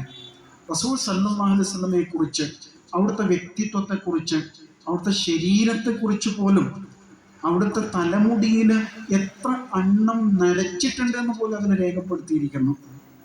ഇങ്ങനെ പഠിക്കാം എന്ന് പറഞ്ഞാൽ ആ ജീവിതത്തെ എല്ലാ നിലയിലും അനുകരിക്കാൻ വേണ്ടിയുള്ള ഒരു ശ്രമം നമ്മുടെ ഭാഗത്ത് നിന്നുണ്ടാവണം. ഇബ്നു ഉമർ റളിയല്ലാഹു അൻഹുവിനെ കുറിച്ച് കേട്ടിട്ടില്ലേ? റസൂലുള്ളാഹി സ്വല്ലല്ലാഹു അലൈഹി വസല്ലമയെ ചാണിന് ചാണായി മുഴത്തിന് മുഴമായിട്ട് അനുകരിച്ചു എന്ന് പറഞ്ഞാൽ, മസ്ജിദുൻ നബവിയിൽ അവിടുന്ന് എവിടെയാണോ ഇരിക്കാറുണ്ടായിരുന്നത് അവിടെ ഇബ്നു ഉമർ റളിയല്ലാഹു അൻഹു ചെന്നിരിക്കും. റസൂൽ സല്ലല്ലാഹു അലൈഹി വസല്ലം നമസ്കാരം കഴിഞ്ഞാൽ ചിലപ്പോൾ ചെരിഞ്ഞ് കിടക്കാറുണ്ട്. അതേപോലെ അതേ സ്ഥലത്ത് ഇബ്നു ഉമർ റളിയല്ലാഹു അൻഹു ചെരിഞ്ഞ് കിടക്കും. അവിടുന്ന് സംസാരിക്കും പോലെ സംസാരിക്കും, അവിടുന്ന് ചിരിക്കും പോലെ ചിരിക്കും, അവിടുന്ന് നടക്കും പോലെ നടക്കും. അവിടുത്തെ ഒട്ടകം ഏത് വഴിയിലൂടെയാണോ സഞ്ചരിച്ചത് അതേ വഴിയിലൂടെ തൻ്റെ ഒട്ടകത്തെ സഞ്ചരിപ്പിക്കും. ഇങ്ങനെ എത്രത്തോളം നമുക്ക് ആ ജീവിതത്തെ അനുകരിക്കാമോ അങ്ങനെ ജീവിതത്തോട് ചേർത്ത് നിർത്തുമ്പോഴാണ് നമ്മൾ യഥാർത്ഥ സുന്നത്തിൻ്റെ വാഹകരായിട്ട് മാറുക. അതിനാൽ ആ ഒരു തീരുമാനം നമ്മിൽ ഉണ്ടാവേണ്ടത്. അതോടൊപ്പം ഇവിടെ നടന്നുകൊണ്ടിരിക്കുന്ന ഖുർആൻ സ്റ്റഡി സെൻ്ററിനെ കുറിച്ച് നേരത്തെ സൂചിപ്പിക്കുകയുണ്ടായി. ഈ മാനസികാവസ്ഥയിൽ ഒരു ദിവസം ഒരായത്ത് പഠിച്ചാൽ, അത് ജീവിതത്തിൽ നടപ്പിൽ വരുത്തിയാൽ അത് വലിയ അനുഗ്രഹം. ഉമർ റളിയല്ലാഹു അൻഹുവിനെ കുറിച്ച് പറയുന്നുണ്ട്, 8 കൊല്ലം കൊണ്ടാണ് സൂറത്തുൽ ബഖറ എന്ന സൂറത്തിൻ്റെ ആശയം ഉമർ റളിയല്ലാഹു അൻഹു പഠിച്ചത്. അറബിയാണ്, വായിക്കുമ്പോൾ തന്നെ അർത്ഥവും ആശയമൊക്കെ മനസ്സിലാവൂലേ? മനസ്സിലാവും. പിന്നെ എന്താ 8 കൊല്ലം എടുത്തത്? ആ ആയത്തുകൾ പഠിച്ച ജീവിതത്തിൽ നടപ്പിൽ വരുത്താനാണ് 8 കൊല്ലത്തെ സമയം എടുത്തതെന്ന് പറയുന്നത്. ഒരായത്ത് പഠിച്ചാൽ മതി, ആഴ്ചയിൽ ഒരു ദിവസമാണെങ്കിലും അത് മനസ്സിലുണ്ടാവുകയും അതിനെക്കുറിച്ച് ചിന്തിക്കുകയും അത് നടപ്പിൽ വരുത്താൻ പരമാവധി ശ്രമിക്കുകയും ചെയ്യാമെന്നുള്ളതാണ്. അങ്ങനെ ഒരു കൂട്ടായ്മ നമ്മിൽ ശക്തിപ്പെടുമ്പോൾ നമ്മുടെ സമൂഹത്തിൽ, നമ്മുടെ നാട്ടിൽ അത് ഖുർആനിൻ്റെ വെളിച്ചം വിതറുന്ന മഹത്തായൊരു സംരംഭമായിട്ട് മാറും. അൽഹംദുലില്ലാഹ്, ബഷീർ സാഹിബിനെ പോലെയുള്ള പണ്ഡിതന്മാർ നമ്മുടെ കൂടെയുണ്ട് ഖുർആൻ പഠിപ്പിക്കാൻ വേണ്ടിയിട്ട്. ആവേശമുള്ളവർ ആ സംരംഭത്തോട് നമ്മൾ ചേർന്ന് നിൽക്കുമ്പോൾ അത് നമ്മുടെ വീടിന്, നമ്മുടെ കുടുംബത്തിന് അത് വലിയ വെളിച്ചമായിട്ട് മാറും. അല്ലാഹുവേ, അങ്ങനെ വിശുദ്ധ ഖുർആനിൻ്റെ മധുരം നുണഞ്ഞ് റസൂലുള്ളാഹി സ്വല്ലല്ലാഹു അലൈഹി വസല്ലമയുടെ നിഴൽ പിൻപറ്റി ജീവിക്കുന്ന സൗഭാഗ്യവാന്മാരിൽ ഞങ്ങളെല്ലാം ഉൾപ്പെടുത്തി അനുഗ്രഹിക്കണേ നാഥ. പടച്ചവനെ, അനുഗ്രഹീതമായ ഈ നാടുകളിൽ അവിടുത്തെ ജീവിതത്തെ അടുത്തറിയുവാൻ, പഠിക്കുവാൻ ഞങ്ങൾക്ക് നീ തൗഫീഖ് നൽകണേ റബ്ബേ. അവിടുത്തെ സുന്നത്തുകളെ ഓരോന്നും ഇബാദത്തുകളുമായി ബന്ധപ്പെട്ടതും വ്യക്തിജീവിതവും കുടുംബജീവിതവും സാമ്പത്തിക സാമൂഹിക ജീവിതവുമായി ബന്ധപ്പെട്ട എല്ലാ സുന്നത്തുകളും പഠിച്ച് ജീവിതത്തിൽ പ്രയോഗവൽക്കരിക്കുവാൻ ഞങ്ങൾക്ക് നീ തൗഫീഖ് നൽകണേ നാഥ. പഠിച്ചവനെ, റസൂലുള്ളാഹി സ്വല്ലല്ലാഹു അലൈഹി വസല്ലമയുടെ ഹബീബുകളിൽ, സ്നേഹിതരിൽ ഉൾപ്പെടാൻ ഞങ്ങൾക്ക് നീ തൗഫീഖ് നൽകണേ നാഥ. അവിടുത്തെ സഹാബത്തും താബിഈങ്ങളും മഹത്തുക്കളും കാണിച്ചു തന്ന വഴിയിൽ സഞ്ചരിക്കുവാൻ, അവിടുത്തെ സുന്നത്തുകൾ കുടുംബത്തിന് പകർന്നു നൽകുവാൻ, അങ്ങനെ ദീനീബോധമുള്ള ഒരു തലമുറയെ ഞങ്ങൾക്ക് ശേഷവും ഈ ദുനിയാവിൽ നിലനിർത്തുവാനുള്ള തൗഫീഖ് നൽകണേ റബ്ബേ. നിന്റെ കലാമിനെ പഠിക്കുവാൻ, അറിയുവാൻ ഞങ്ങൾക്ക് നീ തൗഫീഖ് നൽകണേ നാഥ. ജീവിതം തിരക്ക് പിടിച്ചതാണ്, എന്നാലും ആഴ്ചയിൽ 7 ദിവസങ്ങളിൽ 168 മണിക്കൂറുണ്ട്. അതിൽ 1 മണിക്കൂർ അള്ളാൻ്റെ കലാമ് പഠിക്കാൻ വേണ്ടിയിട്ട് മാറ്റി വെച്ചുകൂടെ? നാളെ അള്ളാഹു താല ചോദിക്കൂലേ, ഞാൻ തന്ന ആയുസ്സിൽ നിന്ന് എൻ്റെ കലാമ് പഠിക്കാൻ, നിന്റെ ജീവിതം ശുദ്ധീകരിക്കാൻ വേണ്ടിയിട്ട് ഞാൻ അവതരിപ്പിച്ചു തന്ന കലാമ് പഠിക്കാൻ നീ എത്ര സമയം വിനിയോഗിച്ചു എന്ന് ചോദിക്കുമ്പോൾ, പടച്ചോനെ, ഞാൻ തിരക്കിലായിരുന്നു, ബിസിനസ്സിലായിരുന്നു, കുടുംബകാര്യങ്ങളിലായിരുന്നു, തിരക്കിലായിപ്പോയി എന്ന് പറയുന്നൊരവസ്ഥ ആലോചിച്ച് നോക്ക്. പടച്ചതമ്പുരാൻ ഖുർആനിലൂടെ അതിനെക്കുറിച്ച് പറയുന്നുണ്ട്. അങ്ങനെയുള്ളവർക്ക് മഈശത്ത് വങ്കാവും, ഇടുങ്ങിയ ജീവിതമായിരിക്കും. നാളെ പരലോകത്ത് അന്ധന്മാരുടെ കൂട്ടത്തിൽ അവർ ഒരുമിച്ച് കൂട്ടപ്പെടും. എന്താ പടച്ചോനെ, കോടാനുകോടി മനുഷ്യർക്കിടയിൽ എന്നെ ഇങ്ങനെ അന്ധനായിട്ട് എഴുന്നേൽപ്പിച്ചത് റബ്ബേ എന്ന് ചോദിക്കുമ്പോൾ പടച്ചോൻ പറയുന്നൊരു മറുപടി ഉണ്ട്. നിനക്ക് ഓർമ്മയുണ്ടോ, നിന്റെ നാട്ടിൽ ഉടുമ്പൻതലയിൽ നിന്റെ വീട്ടുമുറ്റത്ത് തന്നെ ഇങ്ങനെ ഖുർആൻ പഠിപ്പിക്കുന്ന ഒരു സംരംഭം ഉണ്ടായിട്ട് നീ അത് മറന്നു കളഞ്ഞില്ലേ? അതുകൊണ്ടാണ് ഇന്ന് നീയും മറക്കപ്പെട്ടത്. വകദാലിക്കൽ യൗമ തുൻസാ എന്ന് പറയുന്നൊരവസ്ഥ ഉണ്ട്. പടച്ചോനെ, അത്തരം ദൗർഭാഗ്യങ്ങളിൽ നിന്ന് ഞങ്ങളെ കാത്തുരക്ഷിക്കണേ റബ്ബേ. ഉമ്മയും ബാപ്പയും മക്കളും ഇണയും തുണയും ഖുർആൻ പഠിക്കുന്ന നല്ല കുടുംബമായിട്ട് ഞങ്ങളുടെ കുടുംബങ്ങളെ നീ മാറ്റിത്തരണേ നാഥ. ഞങ്ങളുടെ യുവാക്കൾക്ക് ഹിദായത്ത് നൽകണേ റബ്ബേ. ഞങ്ങളുടെ മക്കളെ അനുഗ്രഹിക്കണേ റബ്ബേ. എല്ലാവരും സ്ക്രീനിൽ കുനിഞ്ഞു നോക്കുന്ന കാലമാണ് റബ്ബേ. അവരുടെ ശരീരം മാത്രമേ വീട്ടിലുള്ളൂ. മക്കളുടെ മനസ്സിൽ എന്താണ്, അവരുടെ ചിന്തകൾ എന്താണ്, സ്വപ്നങ്ങൾ എന്താണെന്ന് മനസ്സിലാക്കാൻ പറ്റുന്നില്ല. ഖുർആൻ പഠിച്ചാലേ മാറ്റം ഉണ്ടാവുള്ളൂ. പഠിച്ചവനെ, മക്കൾക്ക് ഹിദായത്തിൻ്റെ വെളിച്ചം നൽകി അനുഗ്രഹിക്കണേ റബ്ബേ. പഠിക്കുന്ന മക്കൾക്ക് നന്നായി പഠിക്കാനും വളരാനും ഉന്നതമായ ജോലികളിലെത്താനും തൗഫീഖ് നൽകണേ റബ്ബേ. നിങ്ങളുടെ മക്കളിൽ വിവാഹപ്രായമെത്തി നിൽക്കുന്നവരുണ്ട്, അവർക്ക് സ്വാലിഹീങ്ങളായ ഇണകളെ നൽകണേ റബ്ബേ. പഠിച്ച് കല്യാണം വേണ്ടാന്ന് പറയുന്ന അവസ്ഥയിലാണ് ഇന്ന് മക്കൾ. പഠിച്ചവനെ, കുടുംബജീവിതത്തിൻ്റെ അനുഗ്രഹത്തെക്കുറിച്ച് അവർക്ക് ബോധ്യം ലഭിക്കും വിധത്തിൽ ഖുർആൻ പഠിക്കാൻ തൗഫീഖ് നൽകണേ നാഥ. അല്ലാഹുവേ, ഞങ്ങളുടെ കൂട്ടത്തിൽ ഒരുപാട് രോഗികളായവരുണ്ട്, പലരും കിടപ്പിലായവരാണ്, ഗുരുതരമായ രോഗങ്ങൾ ബാധിച്ചവരുണ്ട്. റബ്ബേ, അയ്യൂബ് അലൈഹിസ്സലാമിന് ശിഫ നൽകിയ റബ്ബേ, നിന്റെ ശിഫയിലാണ് ഞങ്ങളുടെ പ്രതീക്ഷ. എല്ലാ മെഡിക്കൽ സർട്ടിഫിക്കറ്റുകൾക്കും അപ്പുറത്ത് പടച്ചവനെ, നിന്റെ ശിഫയിലാണ് ഞങ്ങളുടെ പ്രതീക്ഷ. അല്ലാഹുമ്മ ശ്ഫി അൻത ശാഫി ലാ ശിഫാഅ ഇല്ലാ ശിഫാഉക ശിഫാഅ ലാ യുഗാദിറു സഖ്മ. അല്ലാഹുവേ, അത്തരം രോഗികൾക്കെല്ലാം ശിഫ നൽകി അനുഗ്രഹിക്കണേ റബ്ബേ. സിഹത്തും ആഫിയത്തും നൽകി അനുഗ്രഹിക്കണേ നാഥ. ഞങ്ങളിൽ മൺമറഞ്ഞു പോയ ഉമ്മമാർ, വാപ്പമാർ ഈ മഹത്തായ മഹല്ലത്തിനെ കെട്ടിപ്പടുക്കുന്നതിൽ, അതിന് നേതൃത്വം നൽകുന്നതിൽ മഹത്തായ പങ്ക് വഹിച്ച ഉസ്താദുമാർ, നാട്ടുകാരണവന്മാർ, അങ്ങനെ ഒരുപാട് പേര് നിന്നിലേക്ക് യാത്രയായിട്ടുണ്ട് റബ്ബേ. അവർക്കെല്ലാം സ്വർഗത്തിൽ ഉന്നതമായ ഇടം നൽകി അനുഗ്രഹിക്കണേ നാഥ. പടച്ചവനെ, ഞങ്ങളുടെ മാതാപിതാക്കളെ, ബന്ധുമിത്രാദികളെ എല്ലാവരെയും അനുഗ്രഹിക്കണേ റബ്ബേ. കടബാധ്യതകളിൽ നിന്ന്, പ്രയാസങ്ങളിൽ നിന്ന് ഞങ്ങളെല്ലാം കാത്തു രക്ഷിക്കണേ റബ്ബേ. ഹലാലായ ഉപജീവന മാർഗം കണ്ടെത്തുവാൻ, അതിൽ തൃപ്തിപ്പെടാനുള്ള മനസ്സ് നൽകി ഞങ്ങളെ അനുഗ്രഹിക്കണേ റബ്ബേ. ഗൾഫ് നാടുകളിലെ പ്രതിസന്ധികൾക്ക് പരിഹാരം നൽകണേ റബ്ബേ. നമ്മുടെയൊക്കെ നാടുകൾ ഗൾഫിനെ ഉപജീവിച്ചുകൊണ്ട് ജീവിക്കുന്ന, നിലനിൽക്കുന്ന നാടുകളാണ് നാഥ. സമാധാനവും സുരക്ഷിതത്വവും നൽകി ആ നാടുകളൊക്കെ അനുഗ്രഹിക്കണേ നാഥ. നമ്മുടെ ഈ സംരംഭം പോലെ ഖുർആൻ സ്റ്റഡി സെൻറ്റർ, അതുപോലെയുള്ള സംരംഭങ്ങൾക്ക് നേതൃത്വം നൽകുന്ന നമ്മുടെ സഹോദരങ്ങളെ, സംവിധാനങ്ങളെ എല്ലാം അനുഗ്രഹിക്കണേ നാഥ. അല്ലാഹുമ്മ റബ്ബന ആതിനാ ഫിദ്ദുനിയ ഹസനതൻ വഫിൽ ആഖിറതി ഹസനതൻ വഖിനാ അദാബന്നാർ. اللهم اجعل القرآن ربيع قلوبنا وارزقنا تلاوته آناء الليل وأطراف النهار. اللهم أصلح لنا ديننا الذي هو عصمة أمرنا، وأصلح لنا دنيانا التي فيها معاشنا، وأصلح لنا آخرتنا التي إليها معادنا. ربنا تقبل منا إنك أنت السميع العليم، وتب علينا إنك أنت التواب الرحيم. وصلى الله على محمد وعلى آله وصحبه أجمعين. سبحان ربك رب العزة عما يصفون، وسلام على المرسلين، والحمد لله رب العالمين.